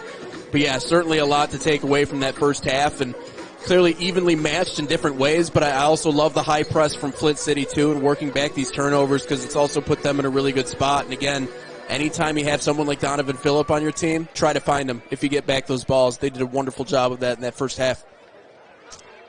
Well, that they did, as we are about to get back underway here at Atwood Stadium. Jonathan Turner alongside Nathan Wangler. You're watching the USL League 2 playoffs presented by Venture HR on Sports Engine Play and on Roku TV on the NSN app. So we appreciate you stopping by and being a part of this one as Select, the official match ball supplier of the USL League 2. Visit us.select-sport.com for the latest Select product specials and more. Select, the player's choice. Life is about choices. You really read that one well. I like that. That was good. They are about choices. Life is about choices, and Select is the choice. Giving the advertiser what they paid for. They have been selected. As the choice. As the choice. And there's a lot of choices that are going to be had to have in the second half in order to figure out who's going to come out on top in this game. You know, it's interesting. We were dealing with one of the things we saw earlier here today were the elements. The way that this stadium is set, you have the sun with where we're looking at right now at this field. It kind of sets off to the right? So it sets in the west. So obviously this stadium was built east to west. You don't have that now, obviously, with being night and being under the lights and everything else like that. So kind of a level playing field for these two teams, but it'll be interesting to see who can really emerge in this second half. I saw a lot of good things out of both of these two sides, so it'll be interesting to see, who can really pull away. And I don't really think, at least on both ends, I think it was just a matter of how do we cut down on the mistakes. I think nerves can do a couple of different things, and one of it can lead to early mistakes. And I think for Flint City, if they don't make a couple of those early mistakes, maybe this is an entirely different looking ball game. We'll see if that changes here in the second half.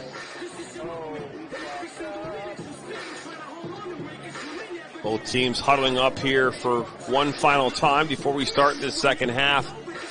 Again, there must be a winner here today.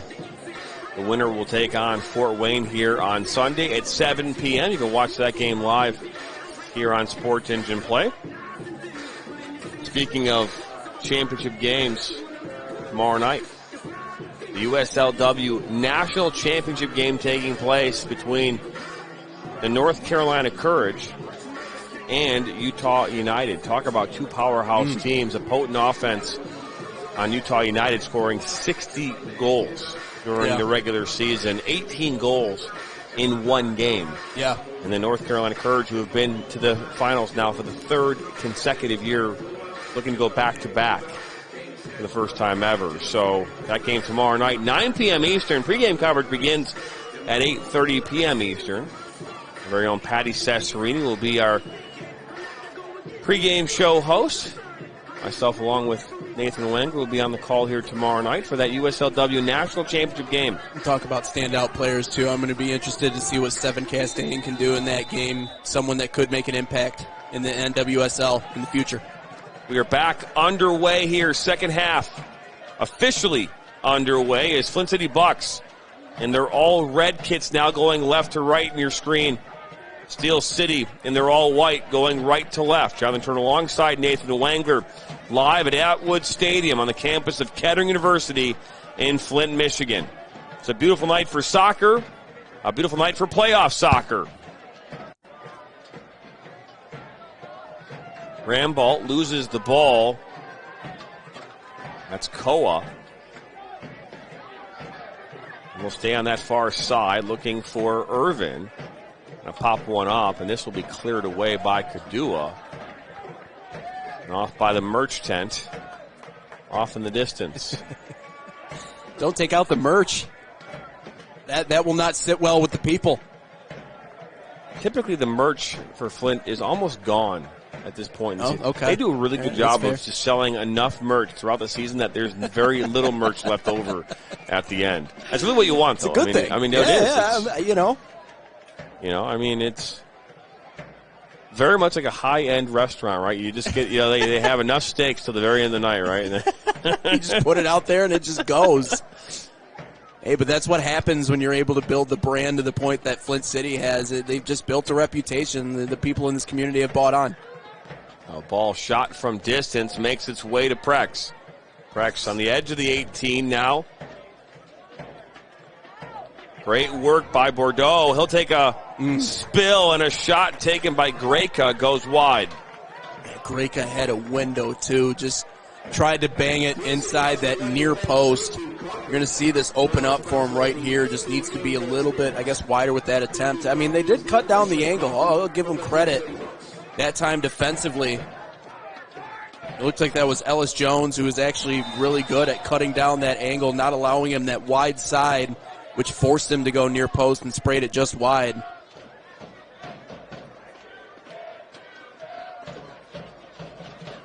So a free kick coming up here for Flint City. They have seen themselves down a goal twice in this game and found a way to come back in both instances off the head and feet of Donovan Phillip.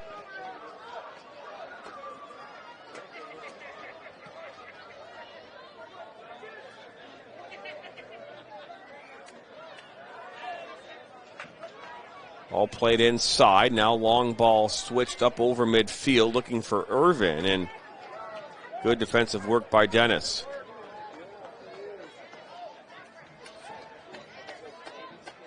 Greka. There is no cycle, by the way, in soccer. If it hits off your head, chest, I mean, it's not, you think about baseball, right? I was thinking head, shoulders, knees, and toes, but the shoulder wouldn't work, would it? It would, yeah. It would? Yeah, okay, yeah, all right. As long as your arm stays down to the side, that's fair. You can definitely hit it off your shoulder. What if it's the support arm? Huh? That's only in the Gold Cup does that work.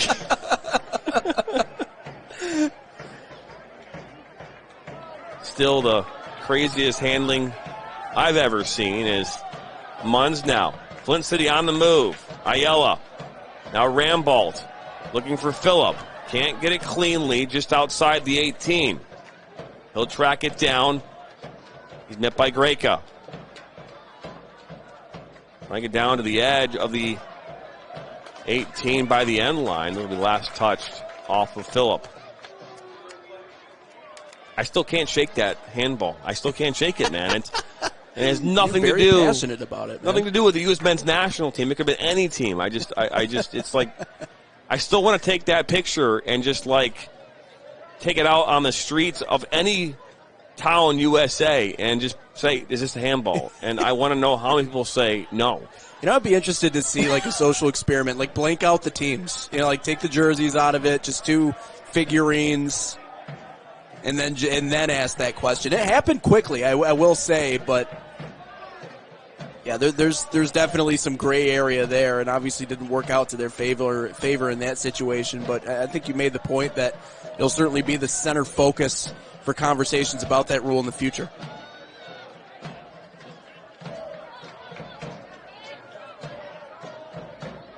Steel City have the ball once again. All the way back now to Joshua Lane.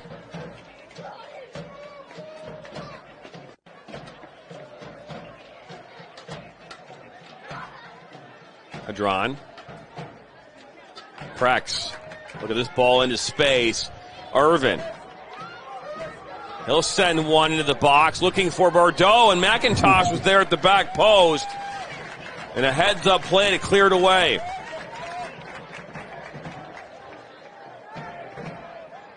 Yeah, winding up for an opportunity off the deflection that time, too. That was McIntosh. An even better job intervening and sending that one away. We've seen that a couple of times here in the second half. That back line for Flint City doing just enough to hold up and help out their goaltender.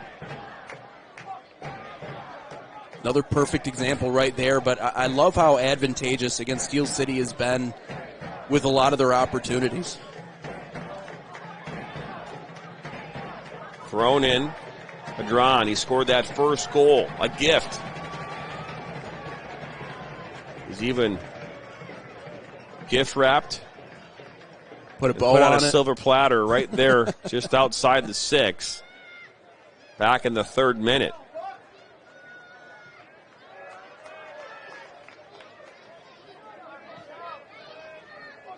Abu.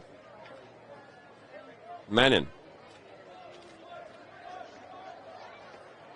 Good use of the field here from Steel City. Greka. He'll go down, and now a free kick coming up here for Steel City in a very dangerous area. We've already seen one free kick make its way at the back of the net off the foot of Bordeaux. And now another opportunity coming up here now in the 53rd minute. I'm guessing they're going to have Bordeaux probably take this one. Talked about how he's been taking a lot of those set pieces for Steel City this year. Really good at setting up the attackers in the box and everybody else for that matter, but it's going to be hard to put one on goal from here. He sets up with that left foot. Bordeaux, it takes a shot off that near post. And out of play it will go. What a dangerous left foot that man has. Yeah, I take it back. Okay, I said it wasn't a good angle to take a shot. I take it all back. Oh, my. I just bent it nearly inside that post. I mean, if I'm Flint City, I'm hesitant with giving him more opportunities like that because the leg, not only the leg strength, but the touch on it. We talk about, being powerful is one thing, but you have to have grace. You have to be able to have touch and feel and angles and everything else like that. And it seems like Bordeaux has all that, just inches away from launching them back into the lead 3-2. Almost having another top 10 nominee play.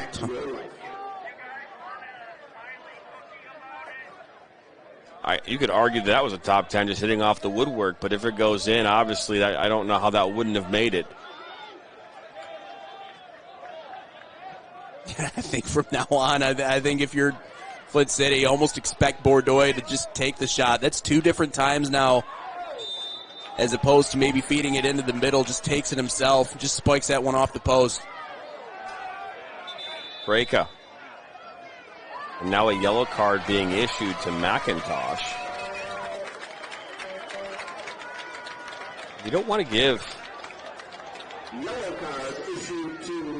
yellow card like that. You get the foul, and you get the foul in your favor. And I understand players want other players to get yellow cards, and if you're playing on a yellow card now, you have a chance maybe to go up. We've seen red cards in game 1, double yellows. I get it, but in your pursuit of getting a yellow card for your team, you shouldn't get one for yourself. Yeah, I mean, I understand being frustrated too, but it all comes down to how do you handle that. All played. Look at this now, just inside the 6. Ellis Jones kind of takes a spill. Nathan Prex was there, almost seeing one in the back of the net. Yeah, I was a little scared there that Ellis Jones might put it in his own net there for a second. That was a good play to just skirt that one wide. It was another great ball over the top. Again, the pressure they're applying with sending these deep balls in has been really, really good. At the very least, just making Flint uncomfortable. Greka will bring this one back in.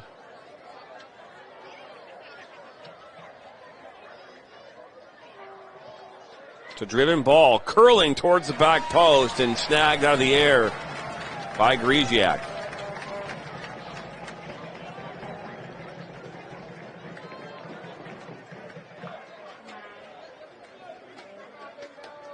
So 56th minute. It's 2-2 here in Flint. This game has very similar feelings as that first game. There's most of that excitement coming in the second half. Ball played up this near side.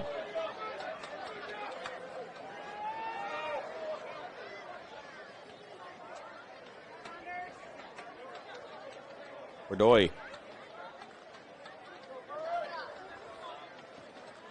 sends one into the box. It's headed away by Dennis. How to play it will go. In Bordeaux, getting that goal in the 17th minute off that left-footed strike. A curling ball that curled away from Griziak across the face of the goal and off the woodwork and in. Big ball played over the top looking for Phillip.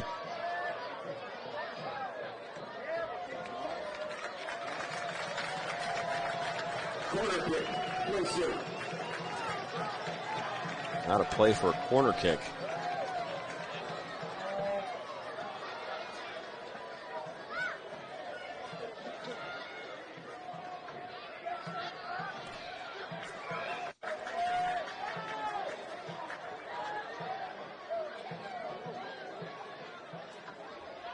So restart coming up here off the corner. It's high. It's towards that back post. Getting some good air there was Ellis Jones. Ayala now on the ball on the edge of the 18.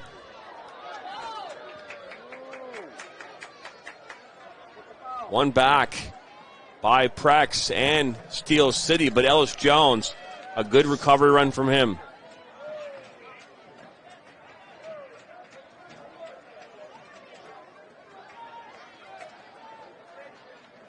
Moines Menace and Sueño FC underway now in Des Moines, Iowa. 0-0.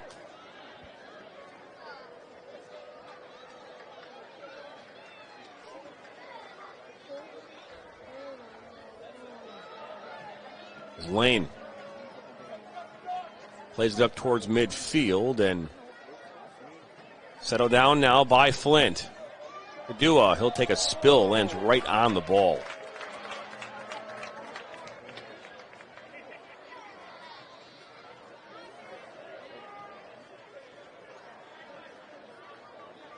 Munns trying to find Phillip, and that's good work as Steel City getting in the way of that pass.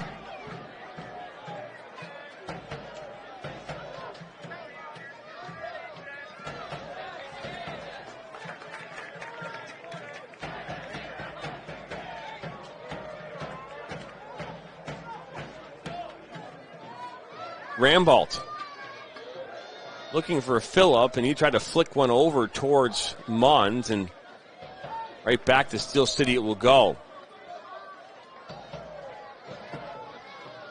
You are watching the USL League 2 Central Conference semifinals presented by Venture HR as this ball played back now off the head of Pondeka. And quickly from Griziak, here come Flint City Bucks. Trying to thread that needle, looking for Rambolt.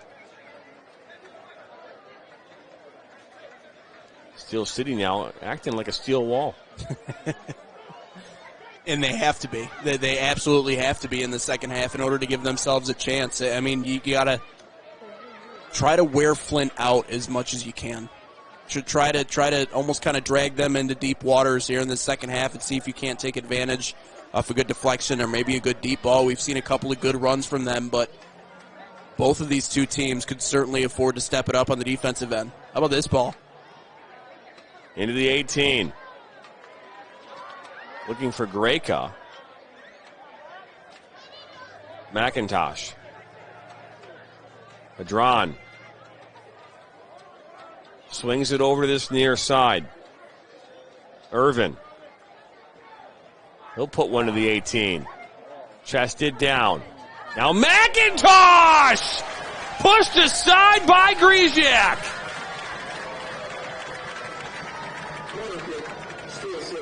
Griziak needed every single inch on this one. Look, a worm burner. And it nearly sneaks in that post. That's excellent with the left hand there, too. Got a good jump on it, and you could tell it's a little stunned that he was able to get to that one, too. And it's not easy when you're being shielded by bodies in front of you to be able to predict and get on top of that one. Great athleticism to get that left hand out there, make that save. Ball sent in. Griziak gets a punch on it. Menden was there to clean it up, but it got blocked. Now Ayala up this near side. Great work, great awareness, give and go. And finally cleared away by McIntosh as he's slow to get up.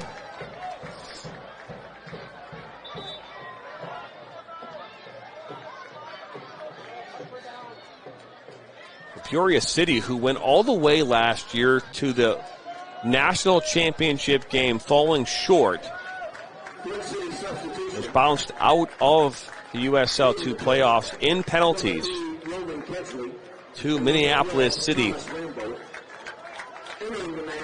A couple subs come in. Ola Arnston will step in, as well as Jack Roman for Flint City. You can see Kedgley come off, as well as Rambolt. So Arnston will throw this one in. He is known for a long throw.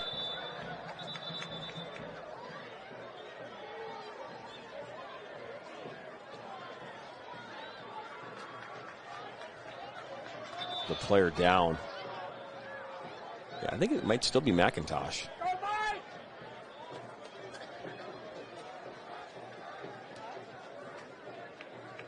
It kind of took an awkward blow in that clearing attempt. It was a strong play by him in order to get back and clear that one away. You see that Flint City and their ability to attack on the counter. I thought that was a really strong give and go. He had to be there at the right time to clear it away, but might have taken an awkward blow on his way down.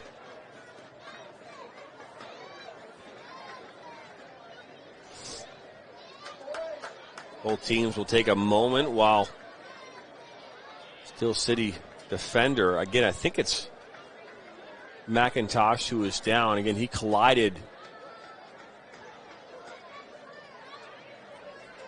here on this near side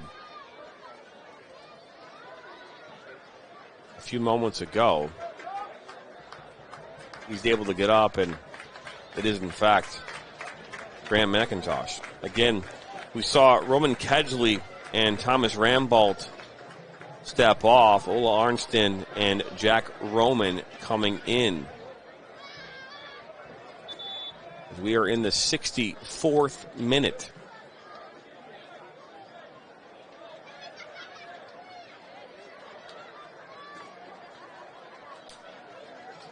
Both these teams looking for a go-ahead goal. 2 times here this evening we've seen Steel City take a lead. And 2 times we've seen Donovan Phillip equalize. This ball thrown in by Arnston. It was loose for a moment, but the referee calls a foul. See that Christian Pulisic is here tonight? You see the jersey down in the front row? He's here. Flint City watching this game. Definitely. Celebrity appearance. Celebrity appearance. It makes sense. He knows about Flint City. Just look at this, a giveaway. Now Carnivale puts Flint City up 3-2 in the 66th.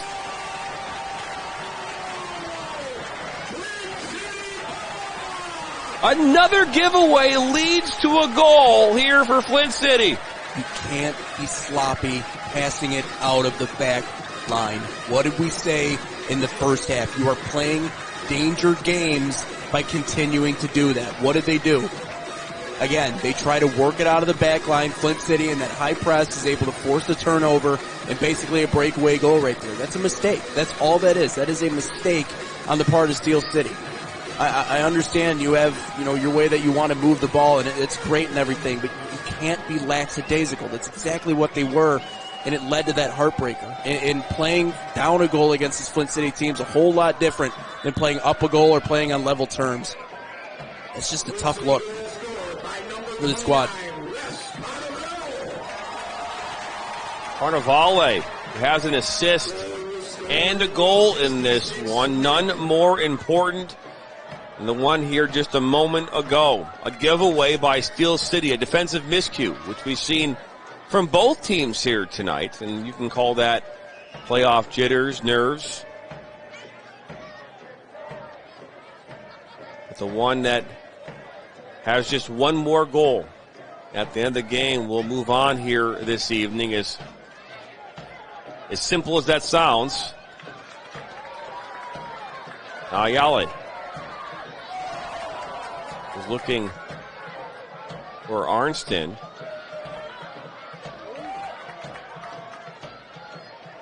Pushed out to that far side.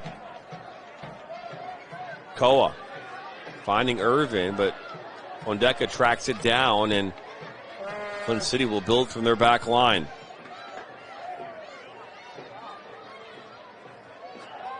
Phillip goes down hard and is slow to get up, and a free kick coming up, though, for Flint City.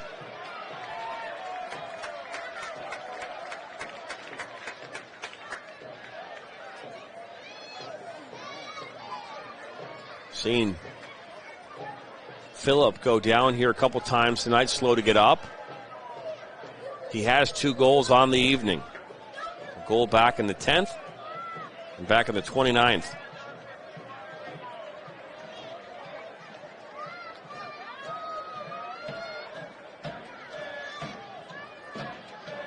Carnivale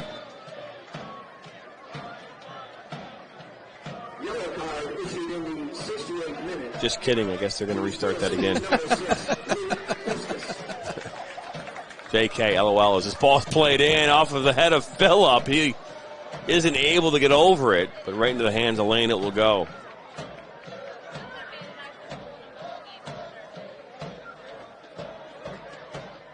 Ball back to Lane.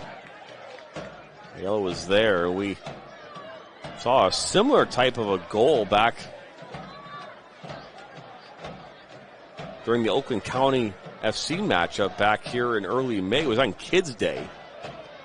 A simple ball back to the goalkeeper led to a goal for Flint as they just continued to track the ball and just slid tackle right in front of the goalkeeper, and in the back of the net it went. Once you won that game by a score of, I believe it was 4-0. Oakland County, one of the Great Lakes Division teams here. USL League 2 for a number of years, have yet to make a playoff appearance. Isn't that crazy, though, as the talent gets deeper in that division, though? The more things change, the more they stay exactly the same. Flint City has been the standard in that division, and again, it all comes down to their camaraderie and their ability to play together. This ball into Prex, laid back, now Menon. Well, he'll go down like a ton of bricks, and now a free kick coming up here now for Steel City. You know what time it is, right? Yeah, I was just thinking about that. It's like I was thinking about the Mighty Ducks for a second about,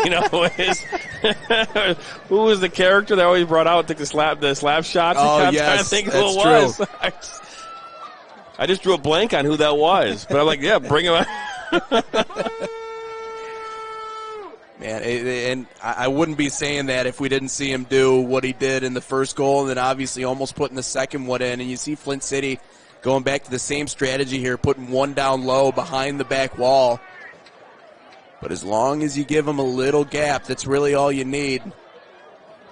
Fulton Reed, who it was, yeah, Fulton Reed. There you go. Bordeaux stands over this one along with Greco. Both of them have stood over this ball throughout the night tonight. But Greco will take it instead off of the head of Phillip, who goes down to the ground immediately. And the referee is beckoning on the trainer.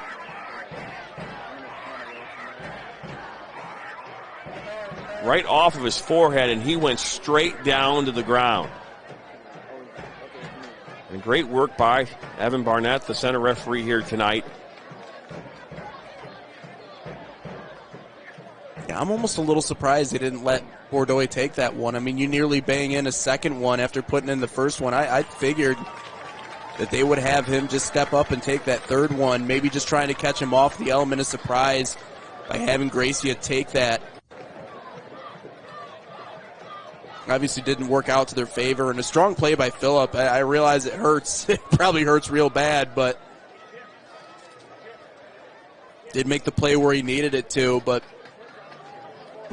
sometimes you try to overthink those situations. You try to be the smartest man in the room in that situation, and I get it. You want to try and catch him off guard and everything, but man, Bordeaux has just been so good. I don't know why they wouldn't just put that on his foot, but nonetheless, way to stand up tall if you're Flint.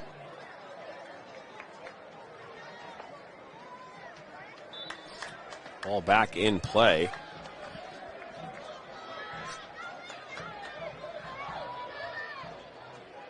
Fabu.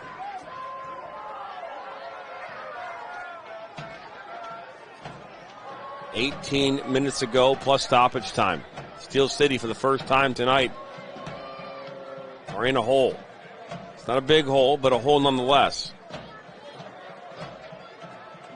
Fabu plays it up this near side, looking for Prex and Ellis Jones.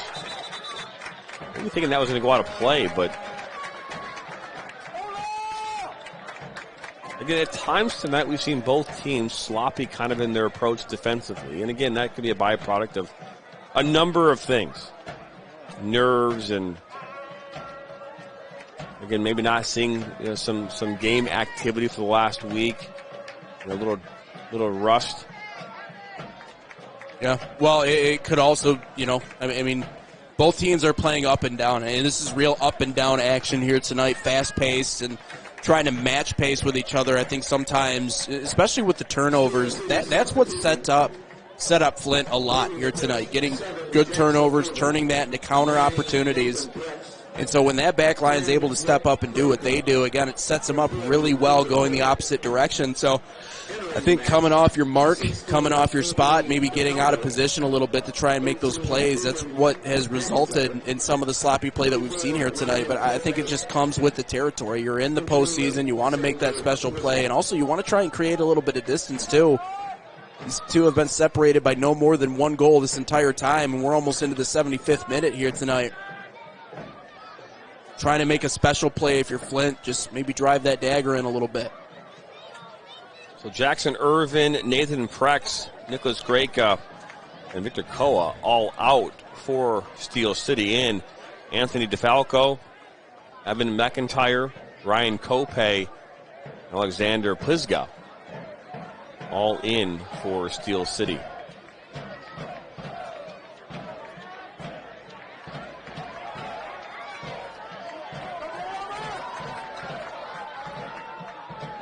Arnston up this near side.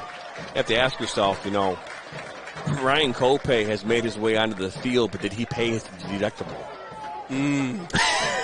Has he met his deductible? I don't know. That's a good question. That's only talking about the important stuff.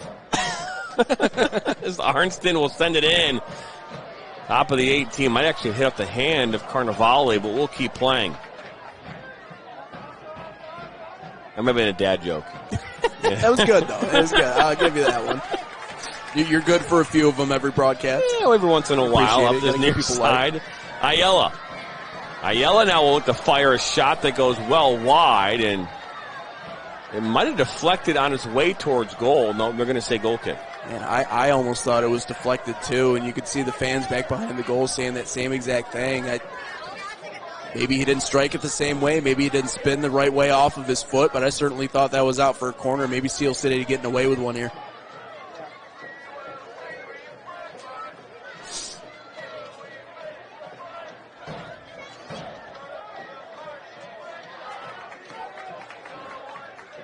Inside now.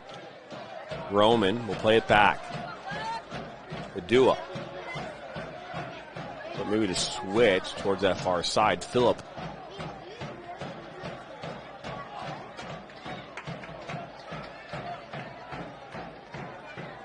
Tracked down by Ondeka, and he'll shield this one out of play.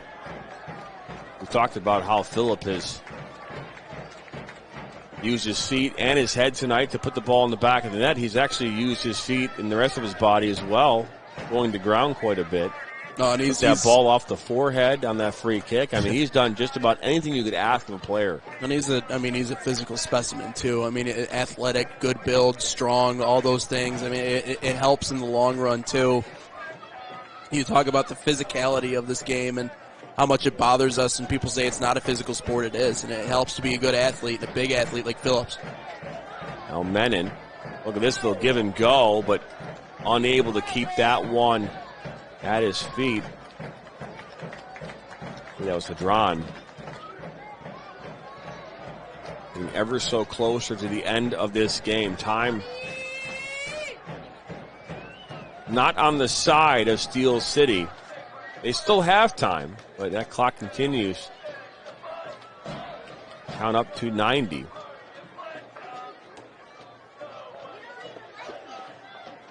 We did see Fort Wayne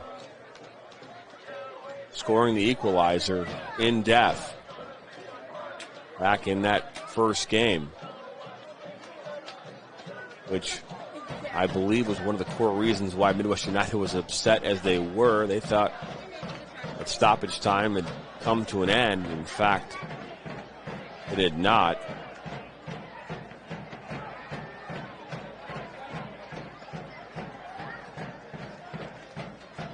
Played up over midfield. Ayala to touch on it, but right back to Steel City it will go.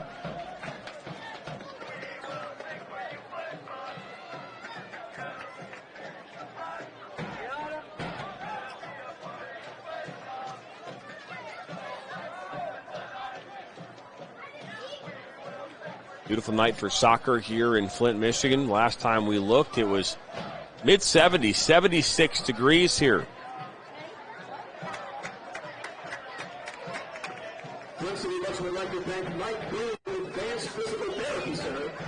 Sun has set. All played inside. Runs. Looking for Ayala, and this was cleared away. And into the bleachers.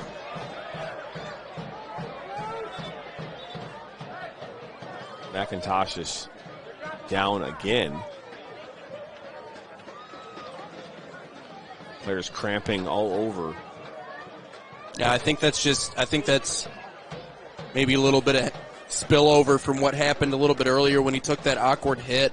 Because again, we saw that clearance attempt, took an awkward hit. He was down for that one, and it looks like he's favoring that foot/shin area again. Cramping up, and very interesting because you always talk about this. I mean, we've seen the weather here in Michigan and across the Midwest and much of the country, the heat wave that came through here. I mean, it was unbearable here earlier this week. I mean, getting into your car or walking outside where it's so hot. Today, obviously, the last 2 days have been a much better, I think, feel in overall days.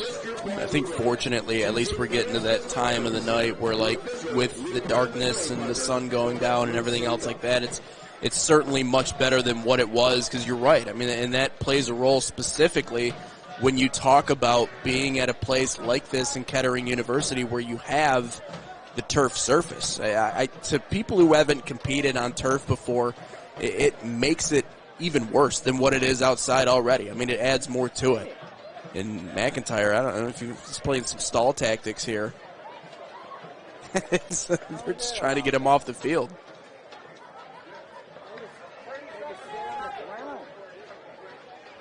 He's officially stepped off now, and this game back underway. You are watching the USL League 2 playoffs. Central Conference semifinals edition here on Sports Engine Play and in Roku TV and the NSN app. Jonathan Turner alongside Nathan Wangler. Playoff presented by Venture HR, the exclusive presenting partner of the 2025 USL League 2 playoffs and the official HR technology and solutions provider of the USL. Visit venture.com to learn more. Munns. That's Roman. Roman will put one across. Low for Phillip. Now Ayala. Phillip goes up and over. Almost getting the hat trick. A last moment save by, I believe, number 6 and Lucas Fiskus. One block. Able to knock that one down. And then getting the foot in front of Phillip. Man, and you see the reaction from Phillip immediately afterwards. Zafabu that did that. Got his foot right in front of it. Almost getting the hat trick.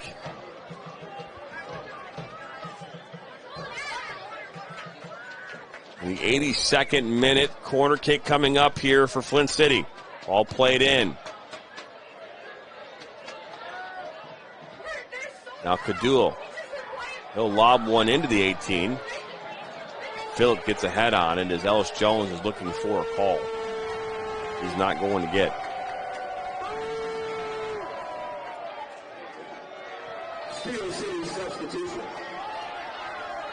Leading the pitch, 23, Anas Kazan, and 27, Grant McIntosh. And now you really don't have a choice with where the clock is and how much it's working against you. You have to turn around and try to play those deep balls over top. I like that. You got to be aggressive in this spot. Now time's working against you. Ball sent in. Bordeaux, he takes another chance and puts it right into the hands of Griziak, somehow through traffic.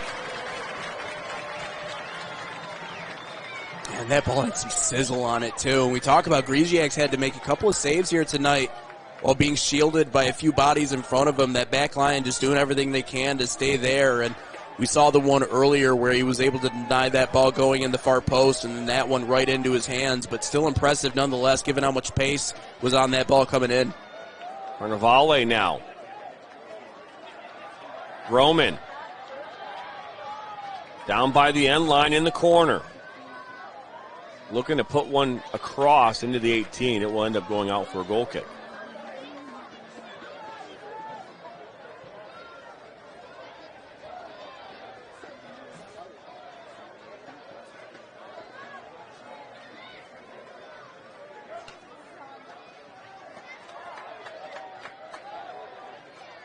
If you're Steel City, whether you lose by 1 or lose by 3, it doesn't matter. Losing is losing. You want to go out giving it everything you can on the offensive side. We saw a moment ago a really good chance from Bordeaux, and he just wasn't able to get enough power. And we saw some sizzle on it, but really the placement in that one. Yeah. But again, just with the opportunity, how it was kind of bouncing around inside the 18. Right. Really the best opportunity of this second half. Yeah. Outside of that free kick that he took off the woodwork. And I'm still amazed, at least a little bit earlier, why you wouldn't just trust him to go at it again. I mean, the truth is, Flint City's probably expecting it. And again, to that point, maybe trying to catch him off guard by having someone else take that in that position. But you got a guy with not just a cannon of a leg like that, but a touch to go with it. I mean, that's the important thing. He has both elements. When you have that, why you wouldn't just trust him again in that spot, again, is kind of beyond me. But it's all water under the bridge at this point. You just got to find a way to get back even.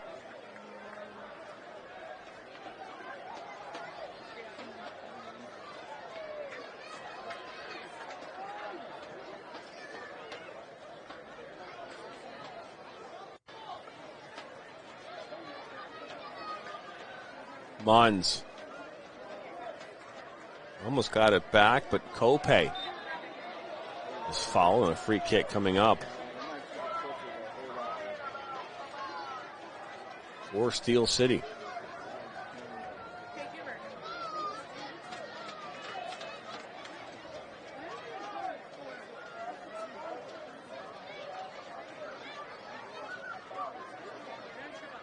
Five minutes to go plus stoppage time. Menon goes down. Another foul, another free kick coming up here for Steel City. Des Moines Menace have a 1-0 lead over Sueño in the 35th minute.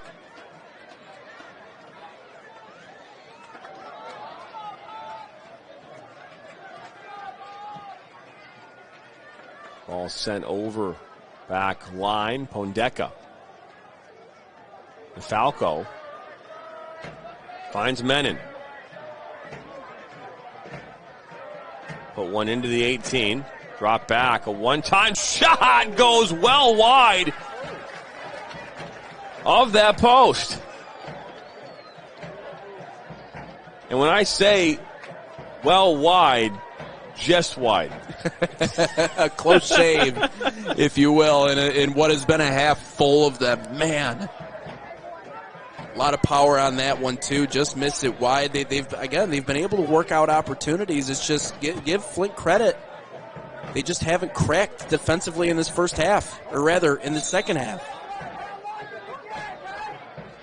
If you're going to force them to take any shots, force them to take it from that far out. Been strong in goal, and that's what's really helped them kind of get to this spot. No gimmies in the second half for Steel City.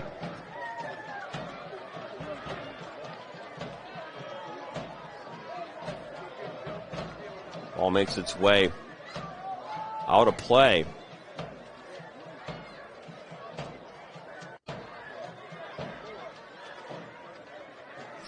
Talk about the gold standard that Flint City is known for. Not only putting on a fantastic show here at Atwood Stadium, but also on the field. And look at this battle. Somehow laying it off for Phillip. Doesn't make its way there. Steel City now on the move. Kope.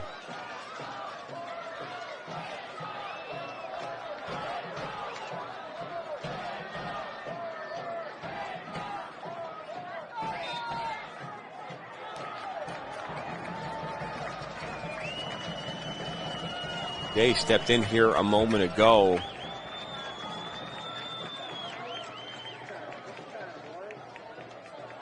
Came in for McIntosh. I think he actually came in for Hadron. And instead, it was John Bentz coming in for McIntosh, number 8.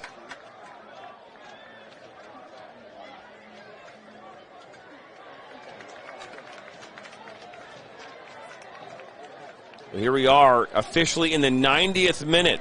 Flint City have a 3-2 lead. We saw 4 goals in the first half, only 1 here in the second.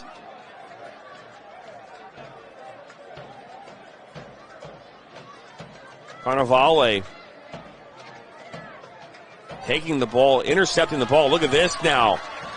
Ayala will take a shot. It hits off. Now rebound. Ayala! Sending Flint City Bucks into the conference championship on Sunday.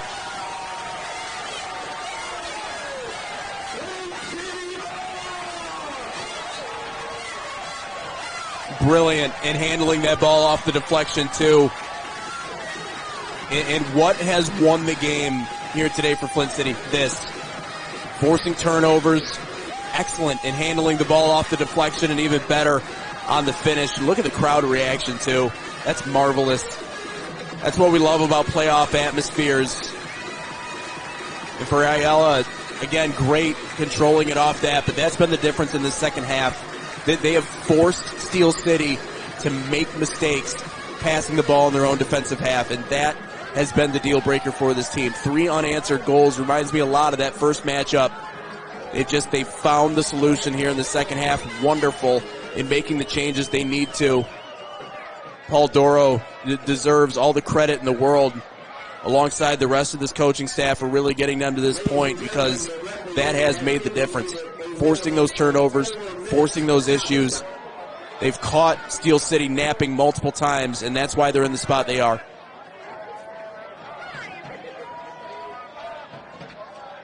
Two goals now here in this second half. And that goal from Ayala, the nail in the coffin. Steel City down by 2 in stoppage time. Bordoy puts it into the 18. And cleared away by Carnevale and out for a corner kick. 4 minutes of stoppage time have been added.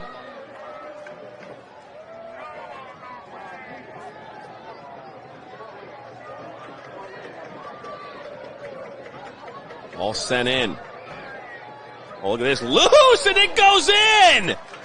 That's put in by Ryan Kope. He cashes in here in the 92nd.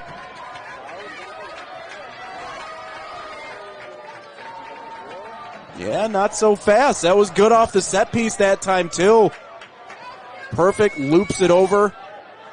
And again, they've nearly been able to take advantage. There's a lot of deflections that they've nearly been able to capitalize on in this game. And then obviously the sense of urgency to bring it back and continue playing again.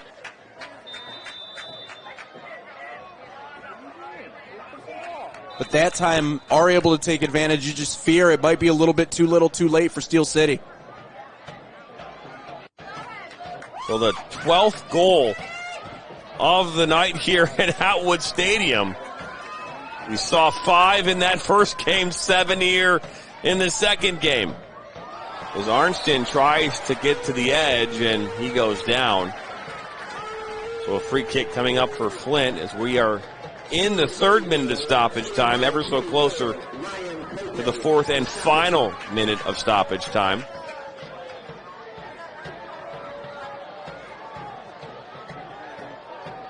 That Ayala goal right now the game winner.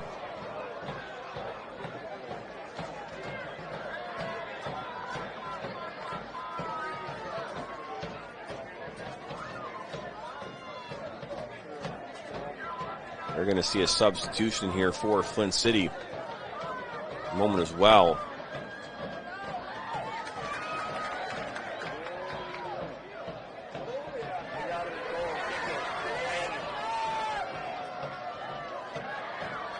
Up that far side. Phillip will give and go to Roman. Now Ayala. Now Phillip right to the hands of Lane.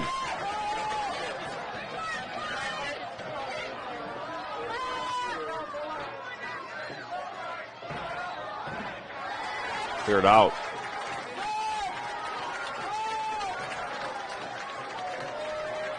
Already in the 4th minute. Heading into the 5th minute of stoppage time.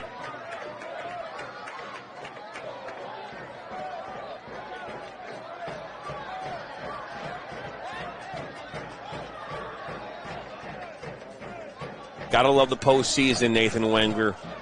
Best time of the year. I don't really care what sport it is, but specifically we've seen it in this environment here today. It's drama, it's fast-paced, it's the best of the best in the country, and that's exactly what we've seen here tonight.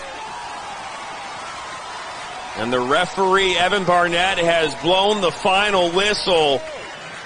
And the young ones make their way onto the pitch and celebrate with Flint City, who are moving on to the Central Conference Championship here on Sunday night. Yeah, and they dominated in the second half, and the way they were able to force issues and force mistakes on the other side for Steel City made all the difference in the world. The pressure up top and forcing them to make those mistakes along the back line, it led to 2 different goals, and that's why they were in the position that they were. And again, Ayala, one of the biggest reasons why. I mean, able to handle that ball off the deflection, puts it in the back of the net. And when you force mistakes by the other guys, especially in high leverage situations, they're down a goal. Maybe they're not going to do what they need to do. Maybe they're going to, not move the ball quite the way that they need to. That's exactly what they did. They forced the issue, and that's what put them in this position. I'm excited to see what they can do come the conference championship. It's going to be a rematch of last year's Central Conference Championship as well. That game went all the way down to the wire, overtime. It was a very good game. Flint City Bucks actually lost 2 players to red cards in that game. Look here at the first goal here in the 3rd minute, scored by Anas Hadran, giving Steel City a 1-0 leading, a promising start. And then just 7 minutes later, off the head of Donovan Phillip, putting it in the back of the net, make it 1-1. We fast forward here to this unbelievable goal by Bordeaux. A left-footed, curling ball that somehow catches Griziak off guard, and off the post it goes. They're up 2-1 in the 17th. And then a giveaway, a theme, sloppiness, but ends with brilliance.